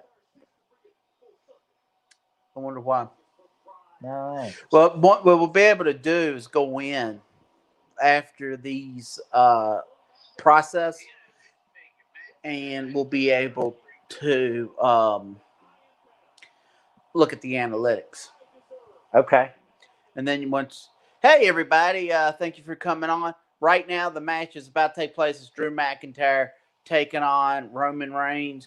Undertaker has not come out yet, so if you're looking for that, he hasn't made it out to the ring. Yeah.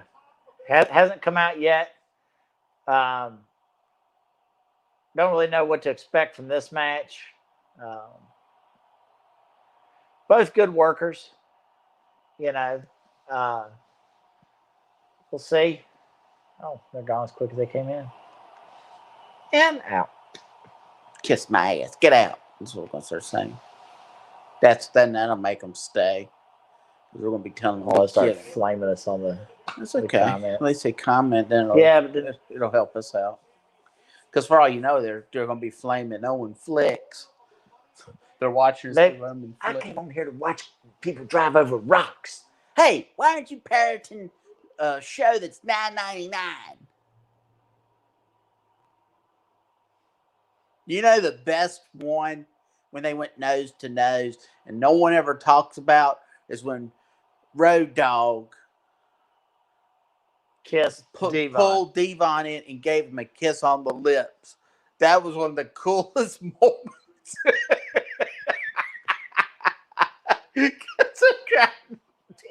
Tough guys. And no one ever talks about that scene. No. I've even Devon got to laughing. Yeah. Have you looked it up? I've tried to, and it's not there. It's like no one, it's just been ignored. You know? But that was just one of them great scenes where that was like making each, because one of them wrestlers talked about they would get into the ring and they would try to make each other laugh or something.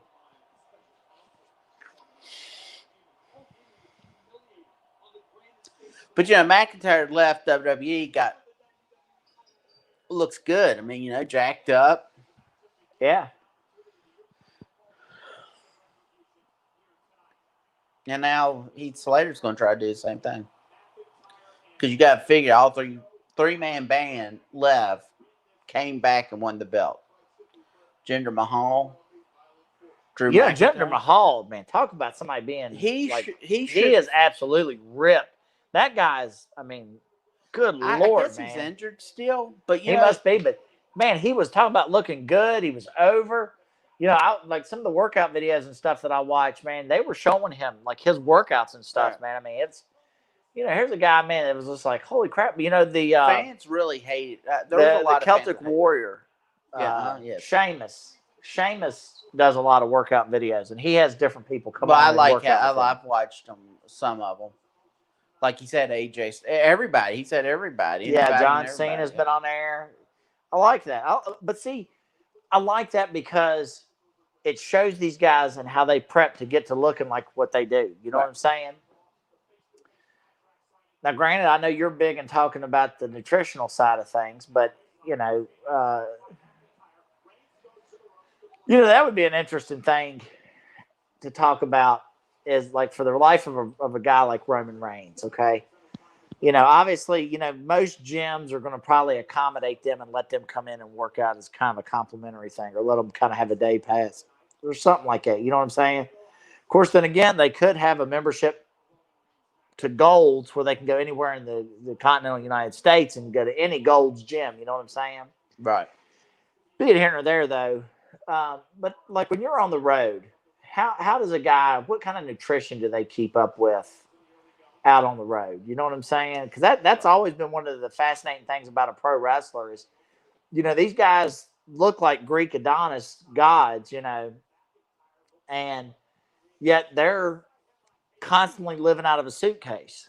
Right. You've heard, what's his name? Scott Hall made comments about him. Talking about like, sometimes you'd always go to like Waffle House was one of the spots because what you can like get stuff there, and it might not be the best, but you could work stuff around it, because they have like the little paper thin steaks and eggs or different things of that nature.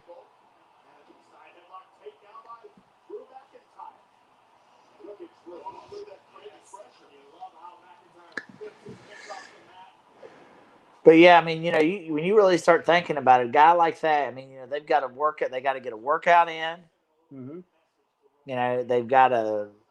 I mean, I guess they don't have to focus on their nutrition, but I mean, I would imagine most of those guys do some type of nutrition. I mean, because Right. the reality is you can't get to be lean and cut like Roman Reigns and Drew McIntyre like they are, and not have some kind of nutrition. Now, of course, obviously, some people are like, oh, it's steroids and this and the other. But, I mean, I'm not saying that there's not steroids around, but we live in a different time now, man. There's a lot of focus on that stuff and, drug policies by different companies and, to include WWE and stuff like that. I mean, a lot of this stuff is monitored, and they watch for that stuff. I wonder how much WWE allows them to in their drug. Like, what's the threshold? Like, can they do testosterone replacement? TRT. Yeah, because why not?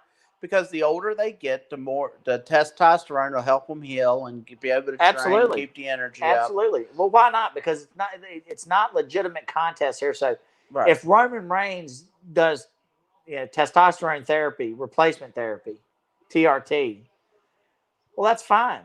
All that's going to do is be good for WWE business because that means he's going to be able to go in there, man, and continue performing at a level that he may not have been. Now, you know what I'm saying? Because, I mean, when you look at Vitor Belfort and how he was performing when he was doing TRT versus how he was after TRT, you know what I'm saying?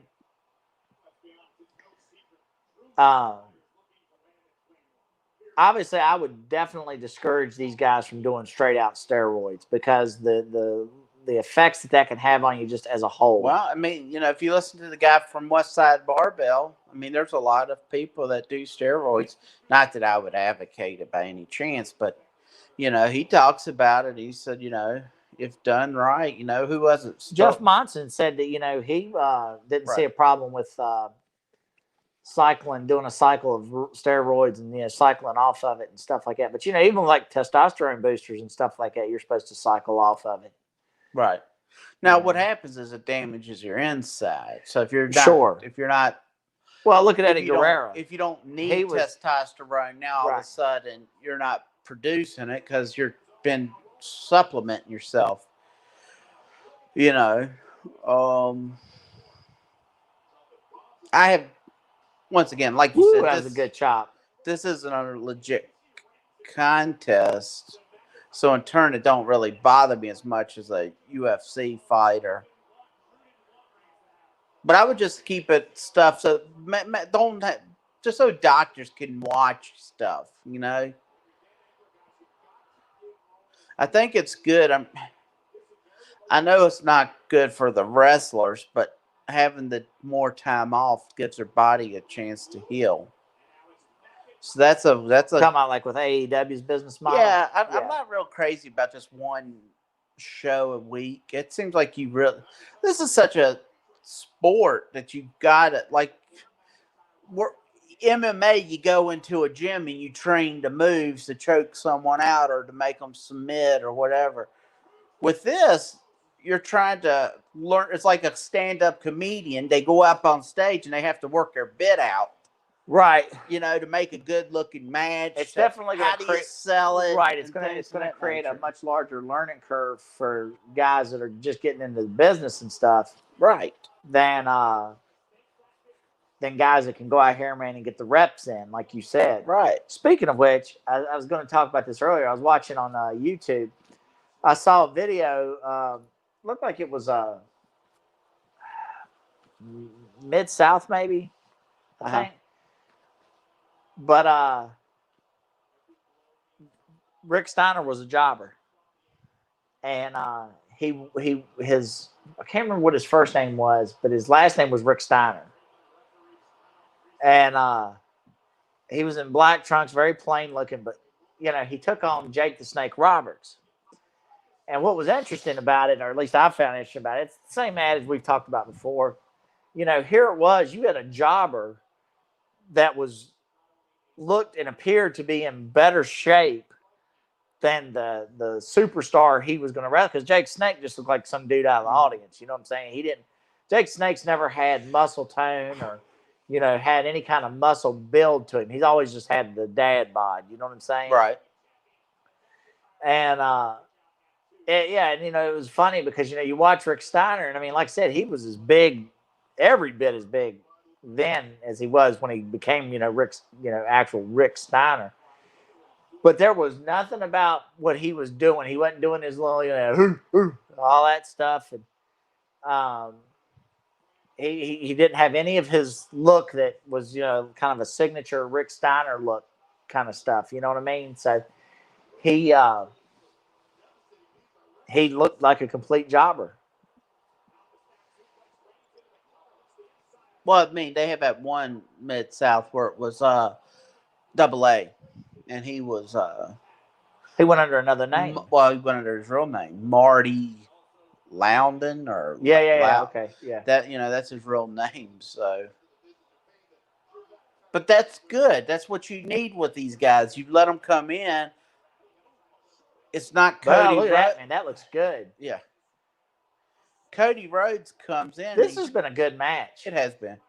Well, them are two good workers. Yeah, but I mean, the striking in this has looked really good. I mean, those short range elbows right there that Roman Reigns just threw, those look good, man. I mean, honestly, I honestly believe that there only should be one champion. And I'm telling you, man, I don't like having two champions because right here, this sucks because make him the undisputed champ. Yeah. But I'm telling you, man, this is the best thing that's ever happened to Roman Reigns was him going heel. Yeah. He's got a whole different vibe to him right now. You know what I'm saying? With the way he's carrying himself and everything. Well, I mean, him doing that, the chief or the high chief. Yeah.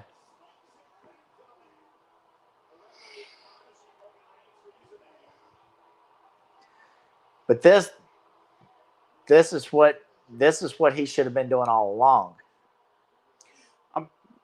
Yeah. It's good.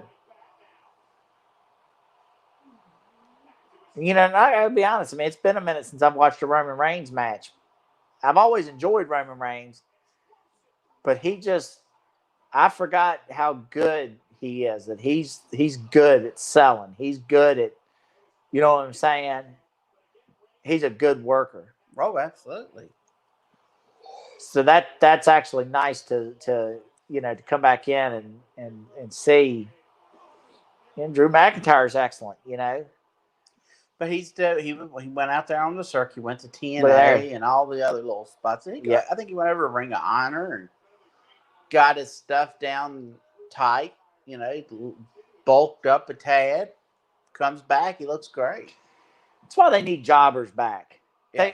Honest to God, they need jobbers back because they also need to cut the shows down. That's why I like the NWA. I even like Ring of Honor so much is because it's 1 hour, and I don't feel like I'm sacrificing my entire night. When you watch Monday Night Raw, it's 3 hours. Sure.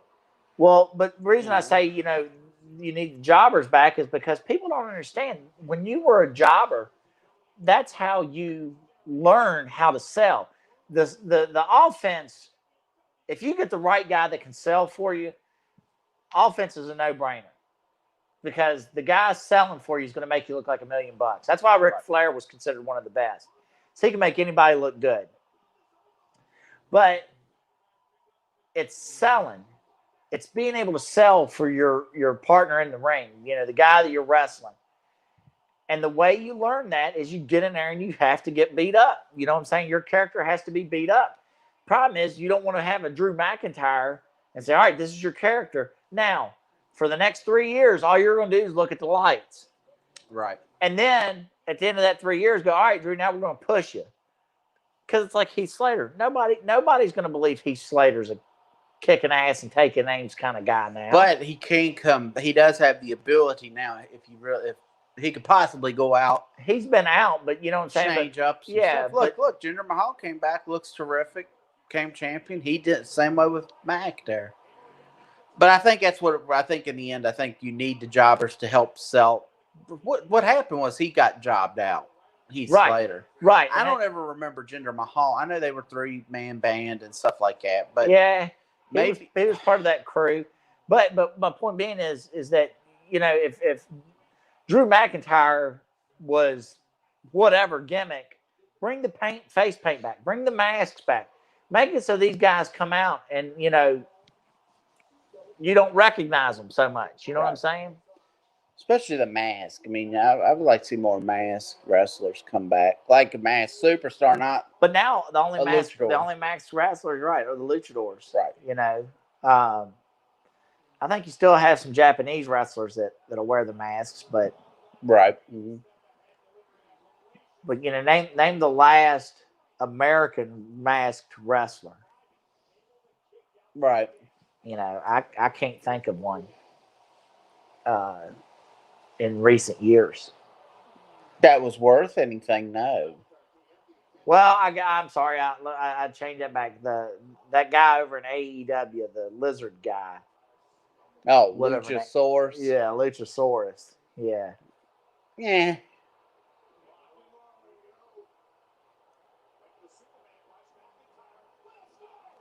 Nice.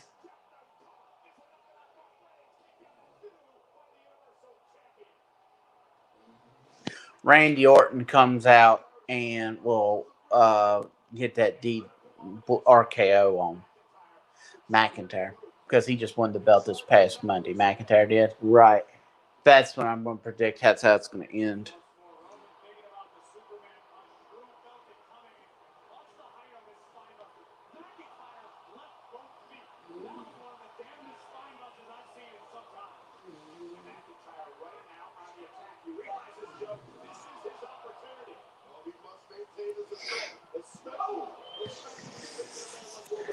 Well, let's see. How long do you think they'll give the Undertaker here at the end of the card? Well, they've got We're 20 getting minutes. Yeah, we got 20 minutes to fill it in. So you think they're going to give him 10? 15. Because he'll come shuffling his feet out. And then he'll have to kiss his wife, and all the wrestlers will come out that are there to see him. And I'm going to go on and predict that Sting's going to show. I still have his gut. You think it's going to be him and Sting at the end? Yeah. At WrestleMania? I don't know why. That saddens me. And the reason I say that saddens me is because know that the only reason Sting's coming in, and not that there's any chance of that, but the only reason he's coming in is to look at the lights. 99.5%. So it's a 0.5% chance I believe Sting's going to show up. That's it. And then his little bald spot's going to be exposed. That's probably on Piper's podcast when that guy was making fun of Sting and how he came out with his mask or the makeup halfway down his forehead, the bald spot, and they were talking about how they had the people in the back that does the hairdressing. You think it could have helped with Sting, but.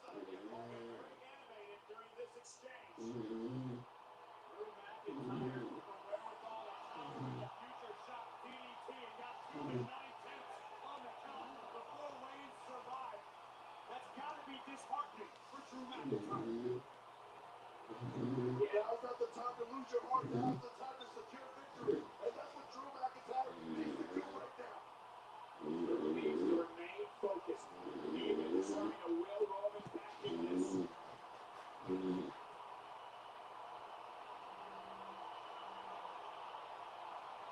now slinking into the bottom rope, waiting for Reigns to rise to deliver a claymore. You think he misses? Superman punch.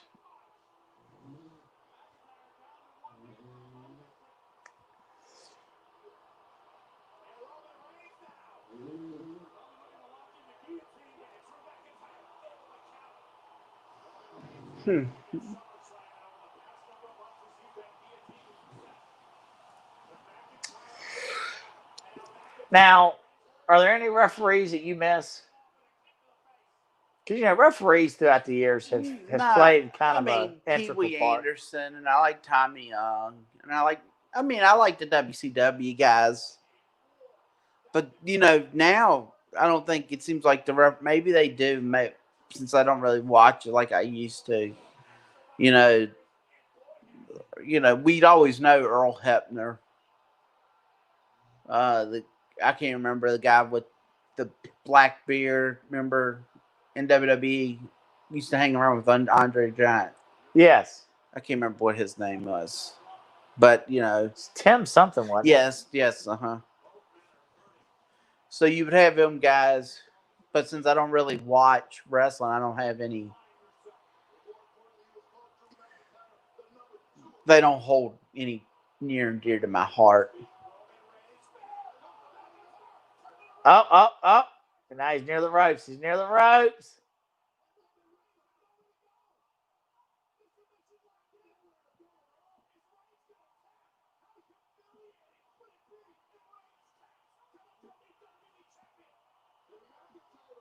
Mm-hmm.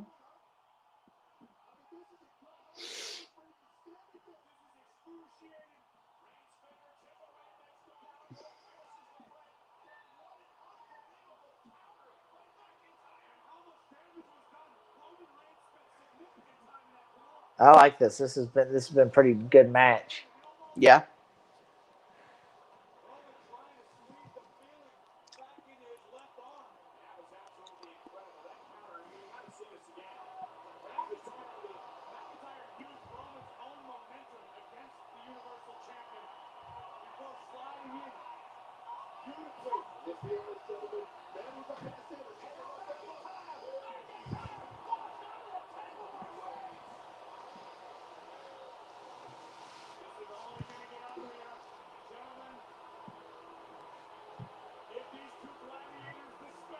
See, this is where you want the time limit. Like Jim Ross says, it gives you a way that no one has to lose. They run out of time. That's how you should end this match.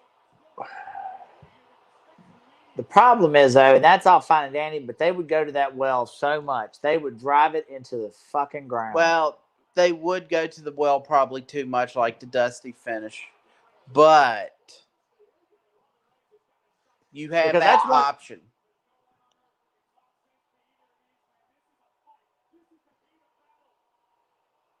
Is that your shine? That sounded like it. She shine. Happy.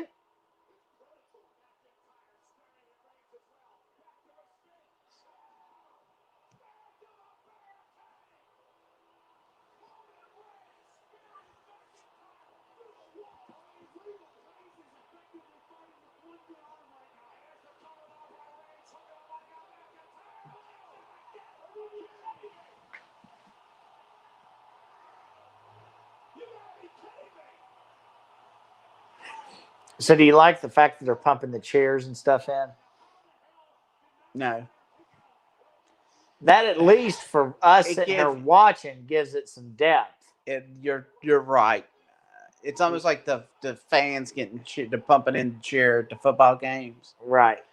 Because they said what they're trying to do is hide the play. Otherwise they'd just be hearing the quarterback. They're talking to each other and the players. So at least it tries to give them a little bit of something.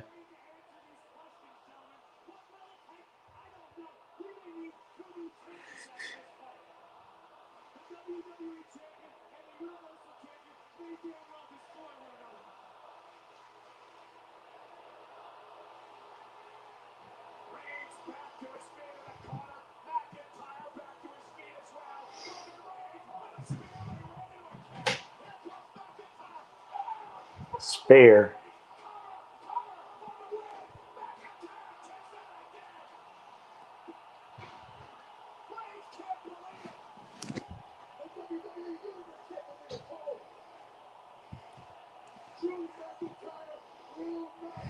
I miss like the strap matches. Like when they'd be connected to a strap together. Dog collar match, right? Dog collar match was fun.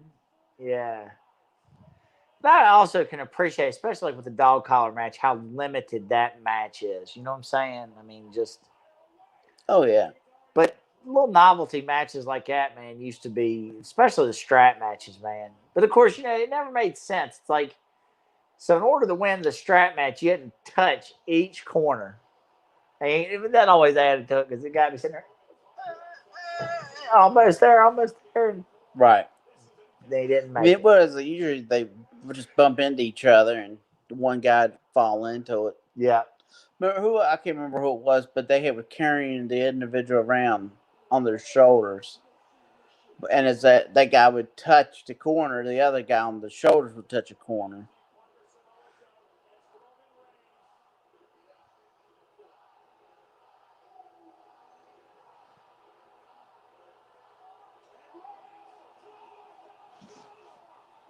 There goes the ref.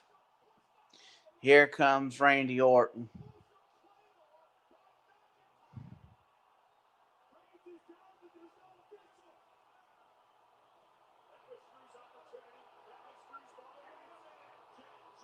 Oh, no, no, no.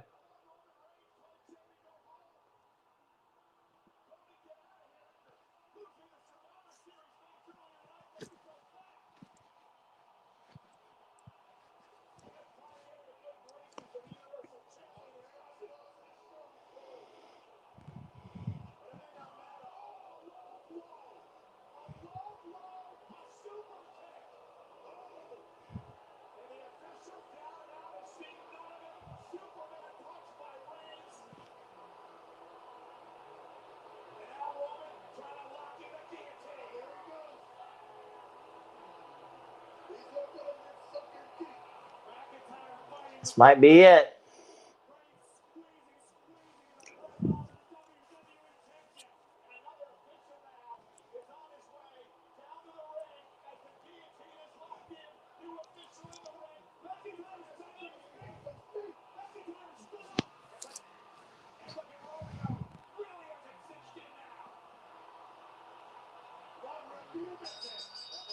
Choked him out. Okay. Wow, that was a good match. That was good.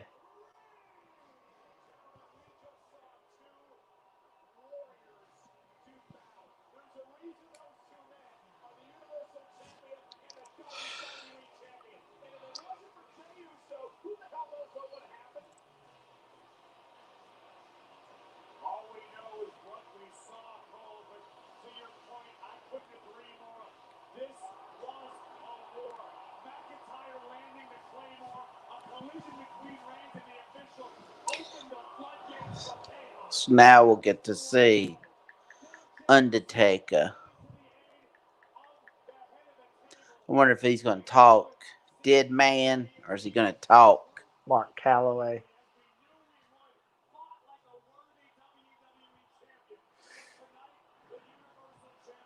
That was a good match. It was. Overall, yeah, very happy with that one.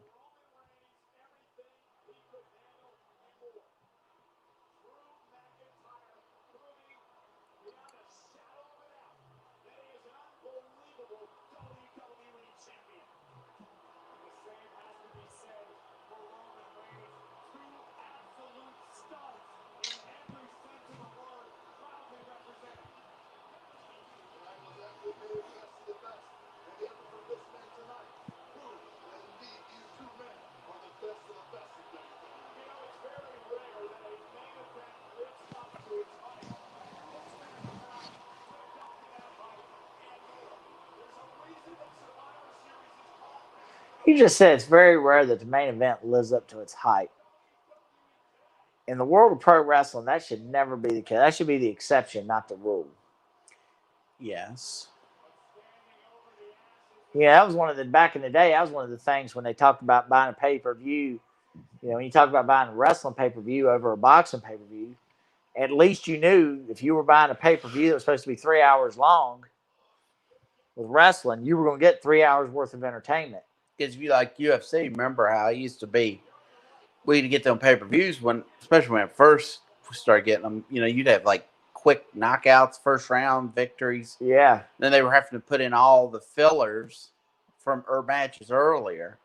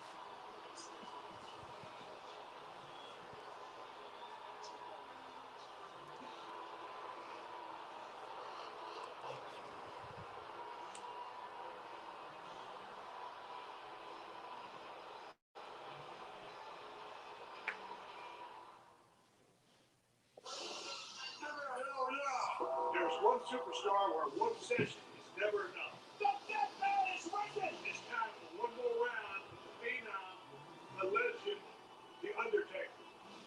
30 years of stories. That was not supposed to happen. 30 years of history, personally and professionally. How did that affect you? We're going to get into it all. Looking back, what is your legacy? Don't miss a special edition of the Broken Skull Sessions with the Undertaker. And that's the bottom line. Rest in peace. Something about when he was up there and he was about to do that choke slam, he backed up.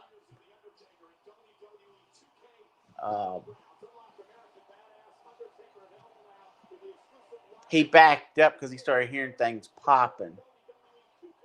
Undertaker did? Yeah, and that's why he was standing on that bar when he threw Mankind down, and Mankind went down through it. He had stood over on the other side or on that bar. Here we go. This is the Undertaker's final farewell.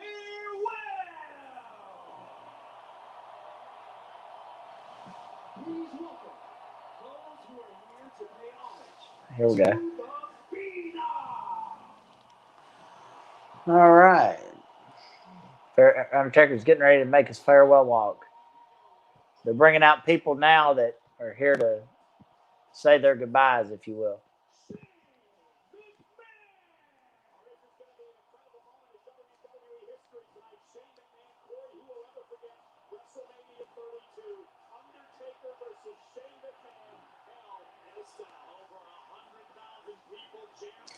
I liked Flair and how Triple H came out. I was like, hey, there's a whole bunch of other people that want to say goodbye too.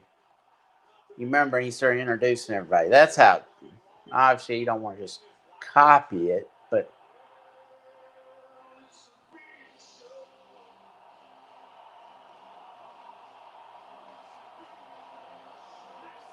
He is the world's largest athlete, the Big Show. You know, the Undertaker's a great opponent in Survivor Series back in 2008, Corey. he got in tremendous shape. Yes. He looks great.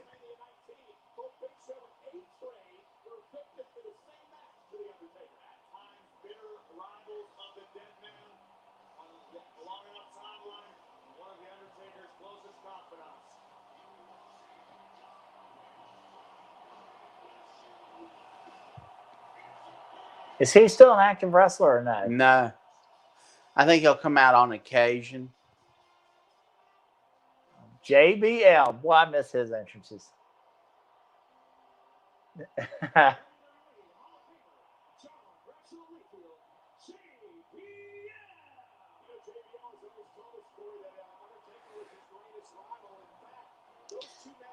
How could the Undertaker say? How could he say that? I thought Eddie Guerrero was his greatest rival.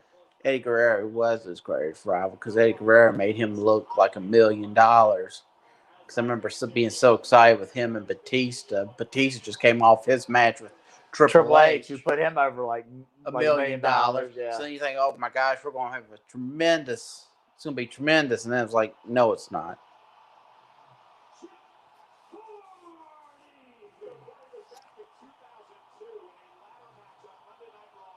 Oh, he's got his face painted like the Undertaker. That looks good.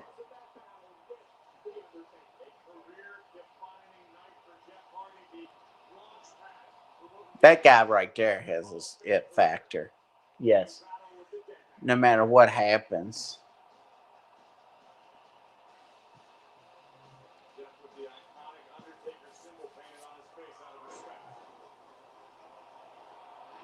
Nice.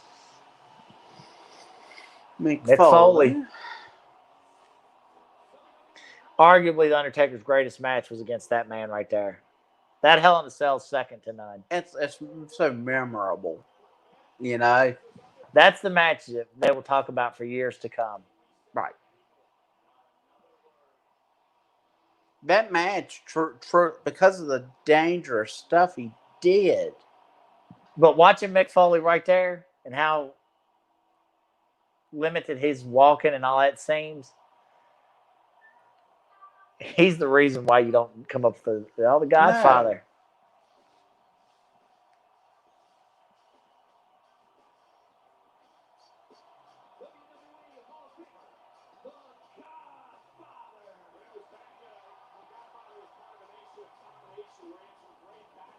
With the Undertaker, but something that a lot of people don't know, Corey, is a long-time friendship between these two men. Long before WWE even came into either of their lives, two true great. Now, I've watched some videos of him talking about Godfather. Yeah. I think he's a legit tough guy. Really? Yeah. I don't think he's a man to be trifled with behind the scenes. I wonder which wrestlers are, because there's a lot of them that they might get sold as a tough guy, right? But then there's some. I just always remember reading the book Arn Anderson. And he talked about Pee Wee. Oh, look here.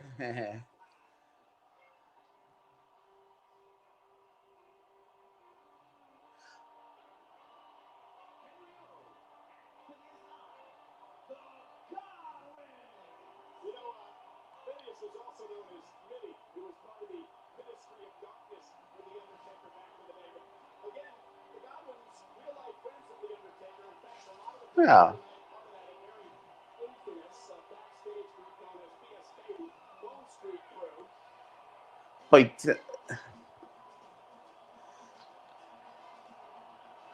Savio Vega.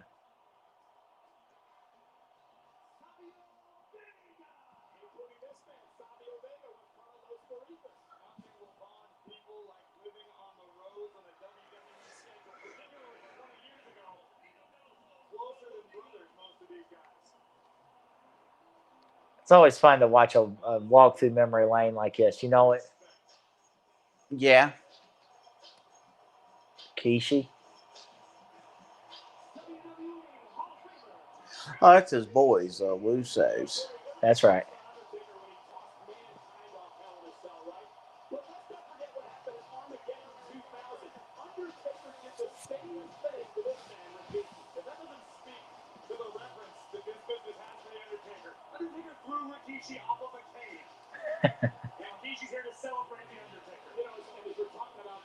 Oh, Kevin Nash.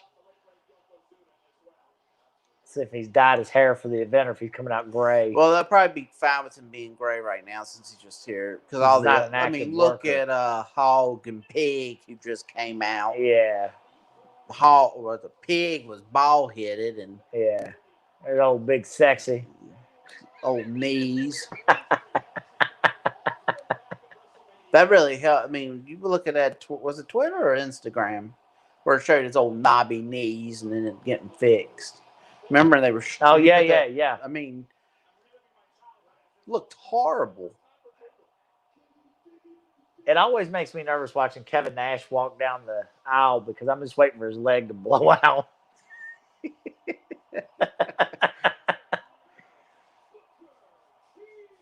Booker T. Booker T looks like he's kind of like reminds me of a little bit of like Ricky Steamboat. Even now, Booker T looks like he could go in there and go get it on.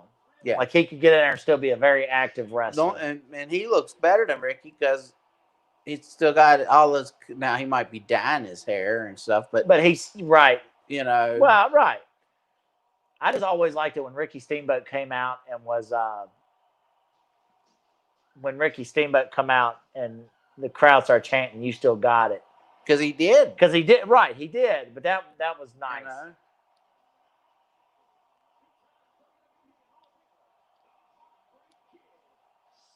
The cross-eyed bastard. That's a man that has not aged well. No. Not at all. At least he let his hair grow back a little bit, not be bald headed. I bet he's horseshit if he took it. Oh, I bet he is too. Looks like old Kenny Chesney. Now his man turned old overnight. And his hair looks like shit.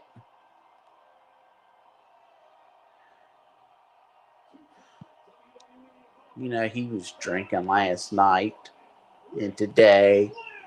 Probably later on tonight, he'll be drinking some more.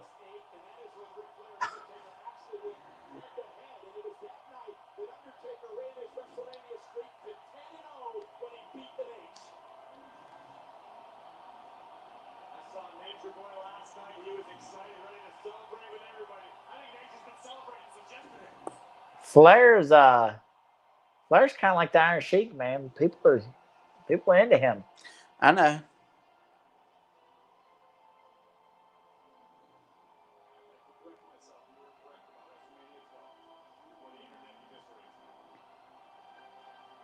Then Bret Hart comes out. No.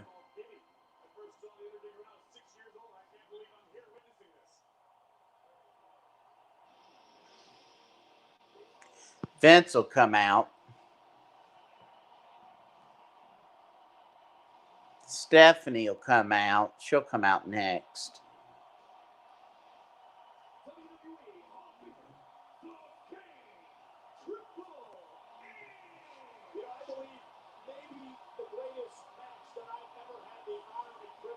I want to see Triple H go on a takeover.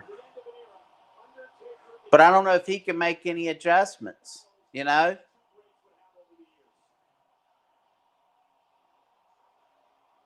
Because he did terrific with NXT. Yeah.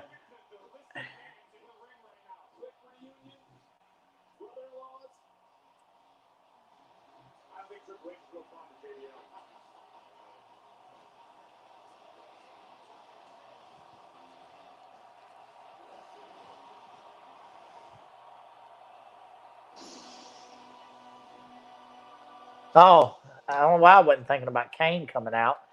He absolutely is going to be there.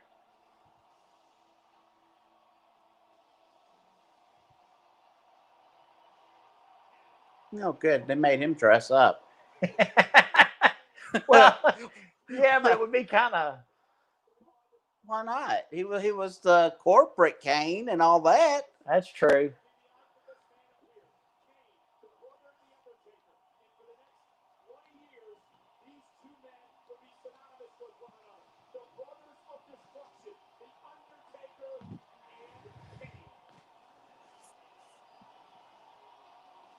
That was at WrestleMania when they told everybody to come. That was a Triple H. It was Shawn Michaels and Mick Foley and Stone Cold. Stone Cold and Mick Foley were dressed in street clothes. And then they told Shawn Michaels to dress out in wrestling gear. Here we go. Now that's the.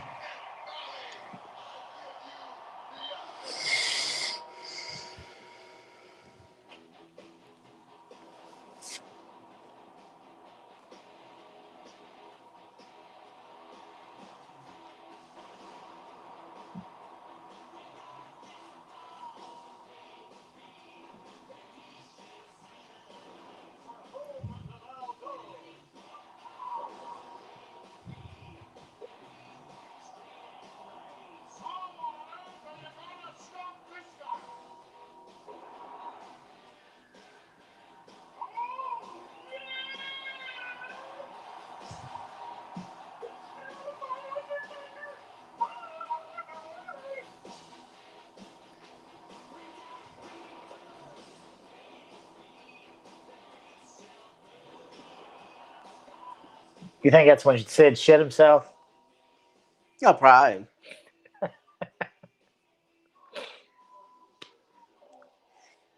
They should have never let him lose at WrestleMania.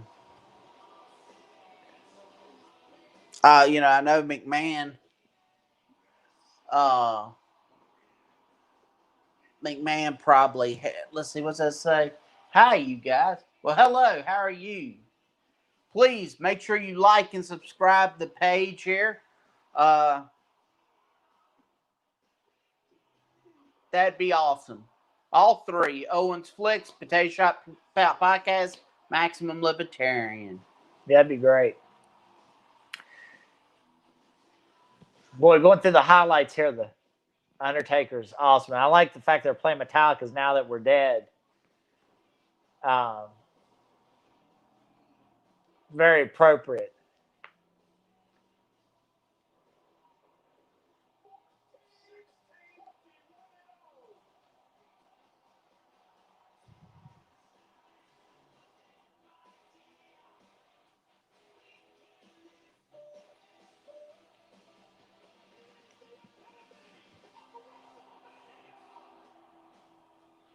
Through everything, there were constants here. He was a constant. His legacy is that there'll never be another. Can you smell what Rock is cooking? They're Undertaker's. They're doing the build up to him walking out now. Right now, all the wrestlers. They're doing a video montage of him.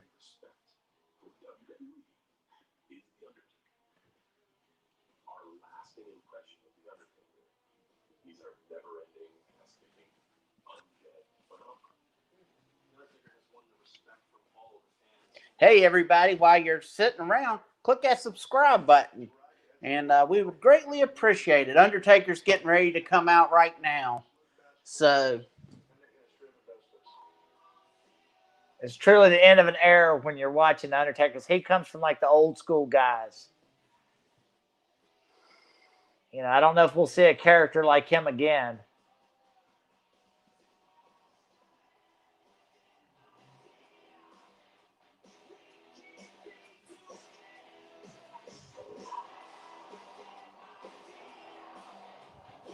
that's where they should have ended him. Right there. That end of the WrestleMania. air match with Triple H and Shawn Michaels. You had Jerry Lawler. I just don't think you could have got. You didn't get any better than that. It's true.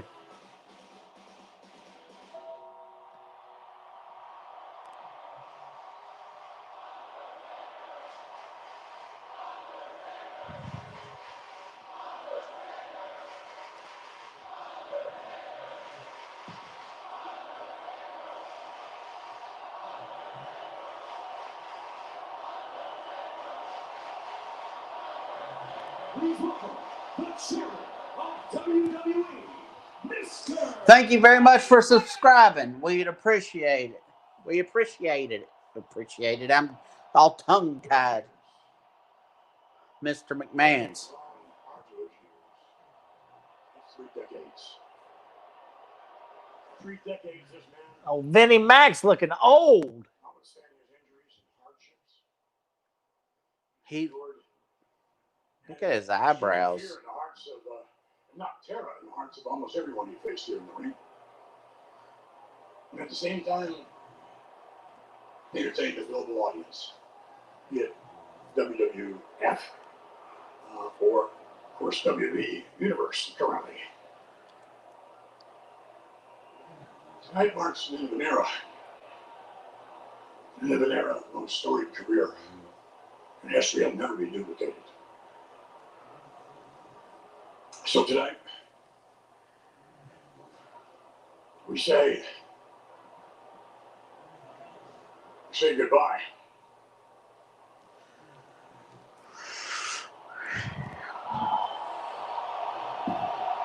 They say nothing lasts forever.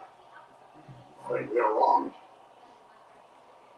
Because the legacy of The Undertaker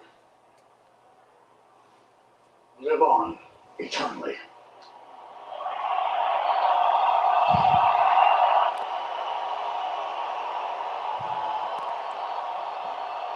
So now I give you the dead man. Phenom. Ladies and gentlemen, The Undertaker.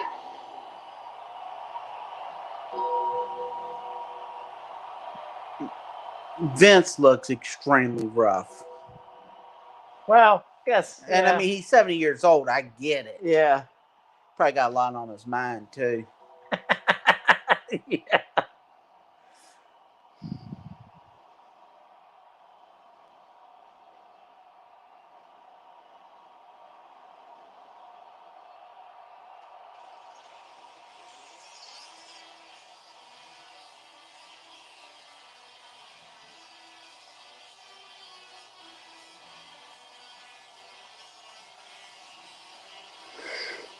Best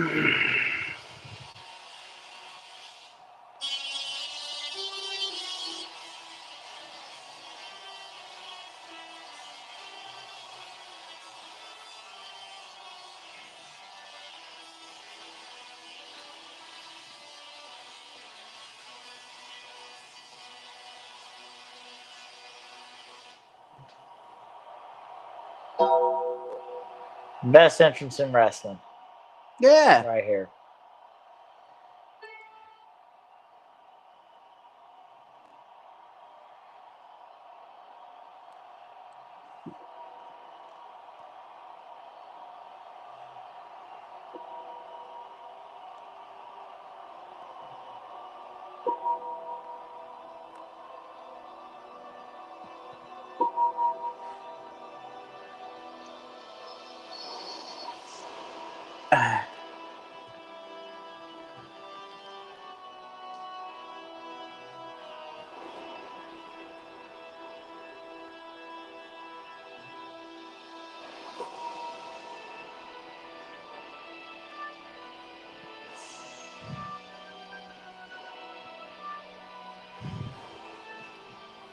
You know, we had the ability to see the Undertaker in Fayetteville, North Carolina.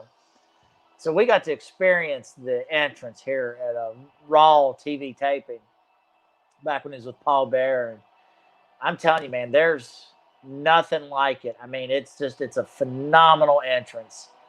Uh, one of the best ever.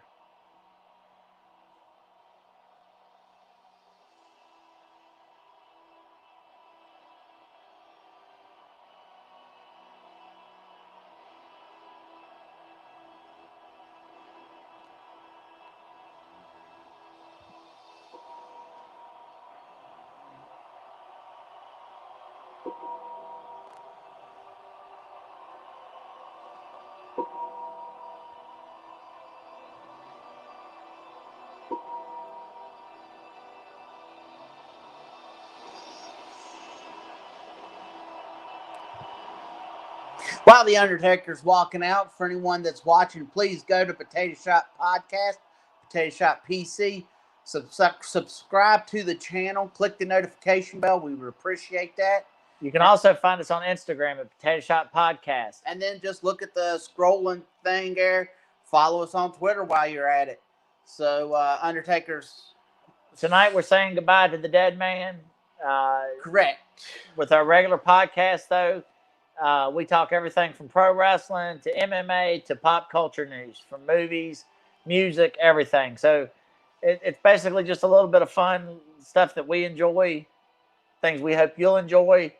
You get to hear our 2 cents on it. Join us live. And we do have some interviews coming up. We're getting them scheduled out right now. So eventually we're going to have some bigger guests besides ourselves and you.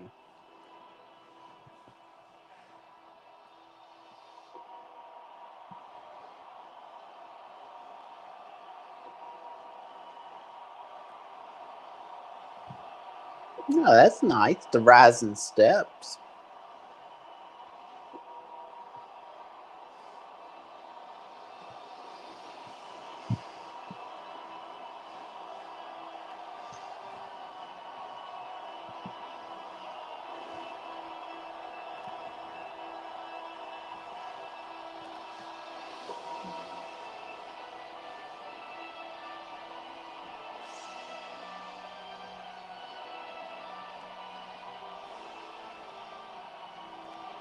You know, he's been talking as as himself, Mark. Right. Callaway. Yes. Callaway? Callis or whatever. Callaway. So you would think it would let him retire talking like that. I wonder where Hulk Hogan was. I don't know.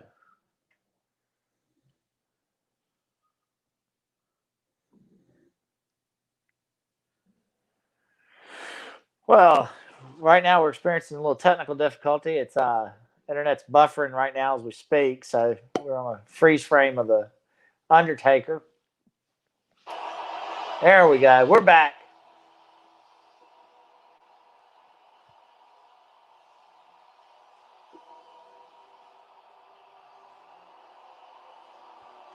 There's a video, if you go on YouTube, you can see where he was coming out, and this could have been dangerous, but it was that elimination chamber, and the flame came up, caught him on fire, caught his jacket on fire.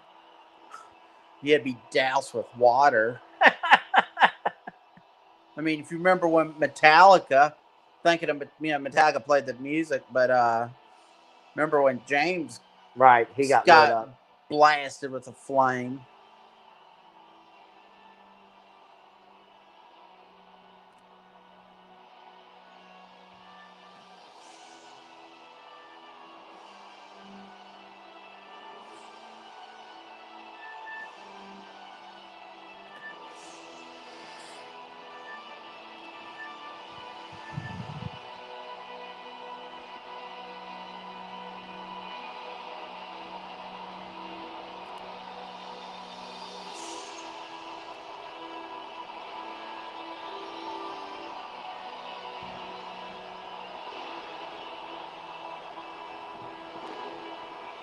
Hell, The Rock didn't even come out for this.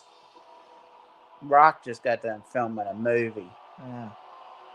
And it's Hulk Hogan. Because I was watching a video where Hulk Hogan was talking about bringing Mark Calloway in to meet with McMahon, help get him signed.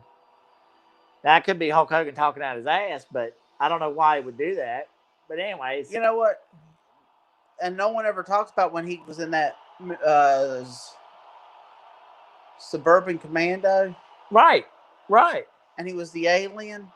Right. And it was very funny. It was a very funny line because he had that high pitched voice. But no one ever talked about that. Was like a under the radar movie. That's because it wasn't that good. You enjoyed it. Yeah, I enjoyed Suburban. But by and large, most people would. And I enjoyed Mr. Was it Nanny? Whatever the Nanny. You wanted Hulk Hogan's movies to be so good. Oh yeah. No holds barred. Garbage. Crap. Pure unadulterated crap.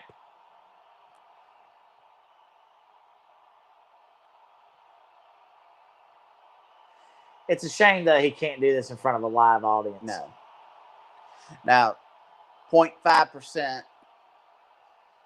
We still got time for Sting to show up. Sting ain't showing up. They're not going to interrupt this.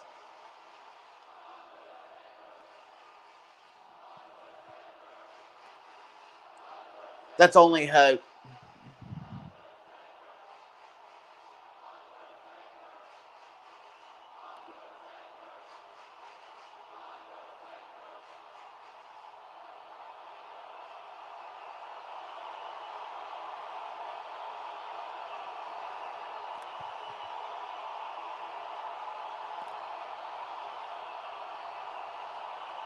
For 30 long years, I've made that slow walk to this ring and have laid people to rest time and time again.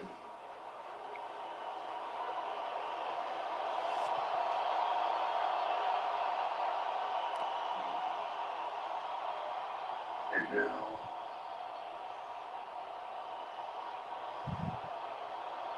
my time has come.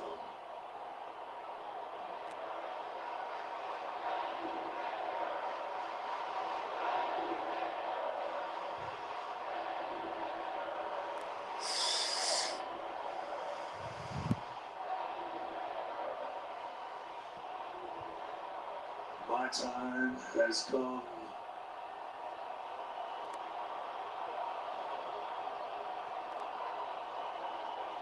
To let the Undertaker rest in peace.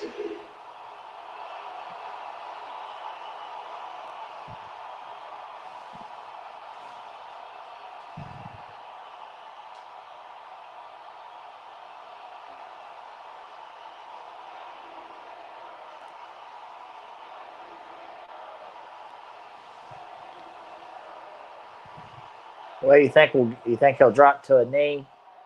Uh,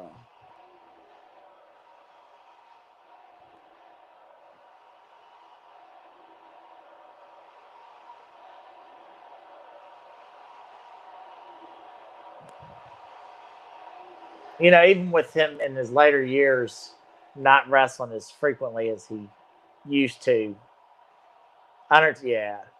Undertaker was still always one of my favorites, right. and he'll still be one of my Well, favorites. Absolutely. that wasn't much. That's nice.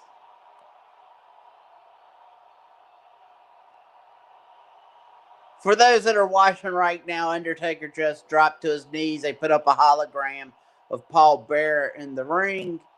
So please go to Potato Shop PC right here on YouTube. Click that subscribe button, hit the notification bell, and also follow us on Instagram and follow us on Twitter. Potato Shop PC on Twitter, Potato Shop Podcast on Instagram. We talk Please.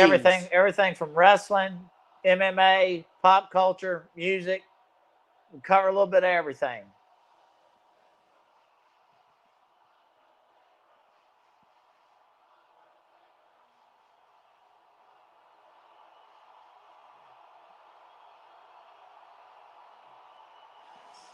I would have thought that they would have let the guys that they all marched out there say goodbye to him in the ring.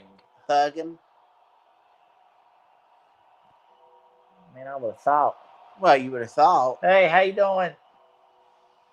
Oh, hello. Brother. Yeah. Please go and like Potato Shop PC. Subscribe to our channel, please. We're asking you all. Follow us on Twitter at Potato Shop PC and Instagram. Follow us Potato on Shop Instagram. and Potato Shop Podcast. That's right, Potato Shop Podcast. So we would greatly appreciate that too. Thank you all for watching. Undertaker just got up. off his knee. Oh my gosh, we got 8 people in here.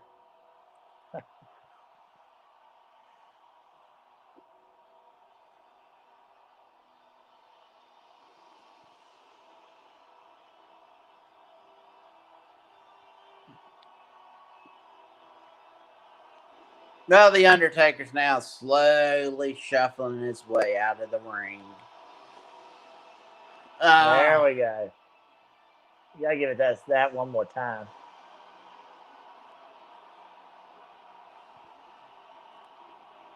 Yeah, the thing that's fun about the Undertaker, man, is that he's got so much really cool with the gimmick, with the Your smile still love you, man. Your smile still killing me. Yeah. My smile. I'm trying to have a serious moment here. Yeah. Come on. Have you subscribed to the channel? Please, Potato Shop PC. Undertaker's has left the ring. He's making his way back. He's back at the entrance. Or he's moving towards the entrance. Hell, I can't tell with the way they're filming everything. Larry, so he's making his way back now to the entrance.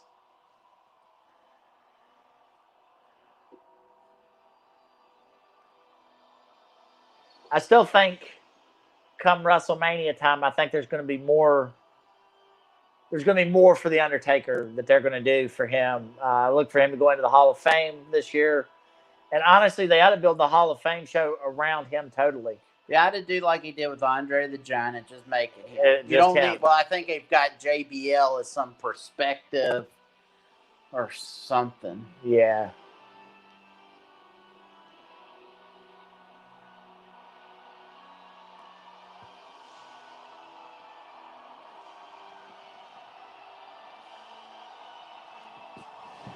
Now let's look. Okay, thank you. Whoever that was for.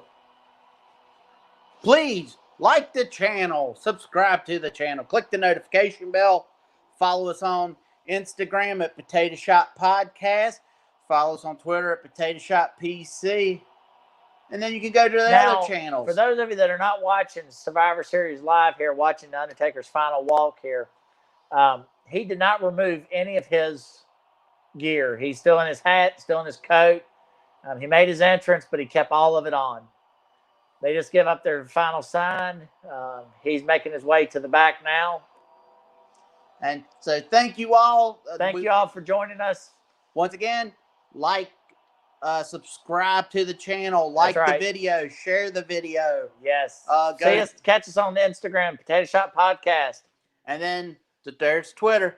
So until next time, we'll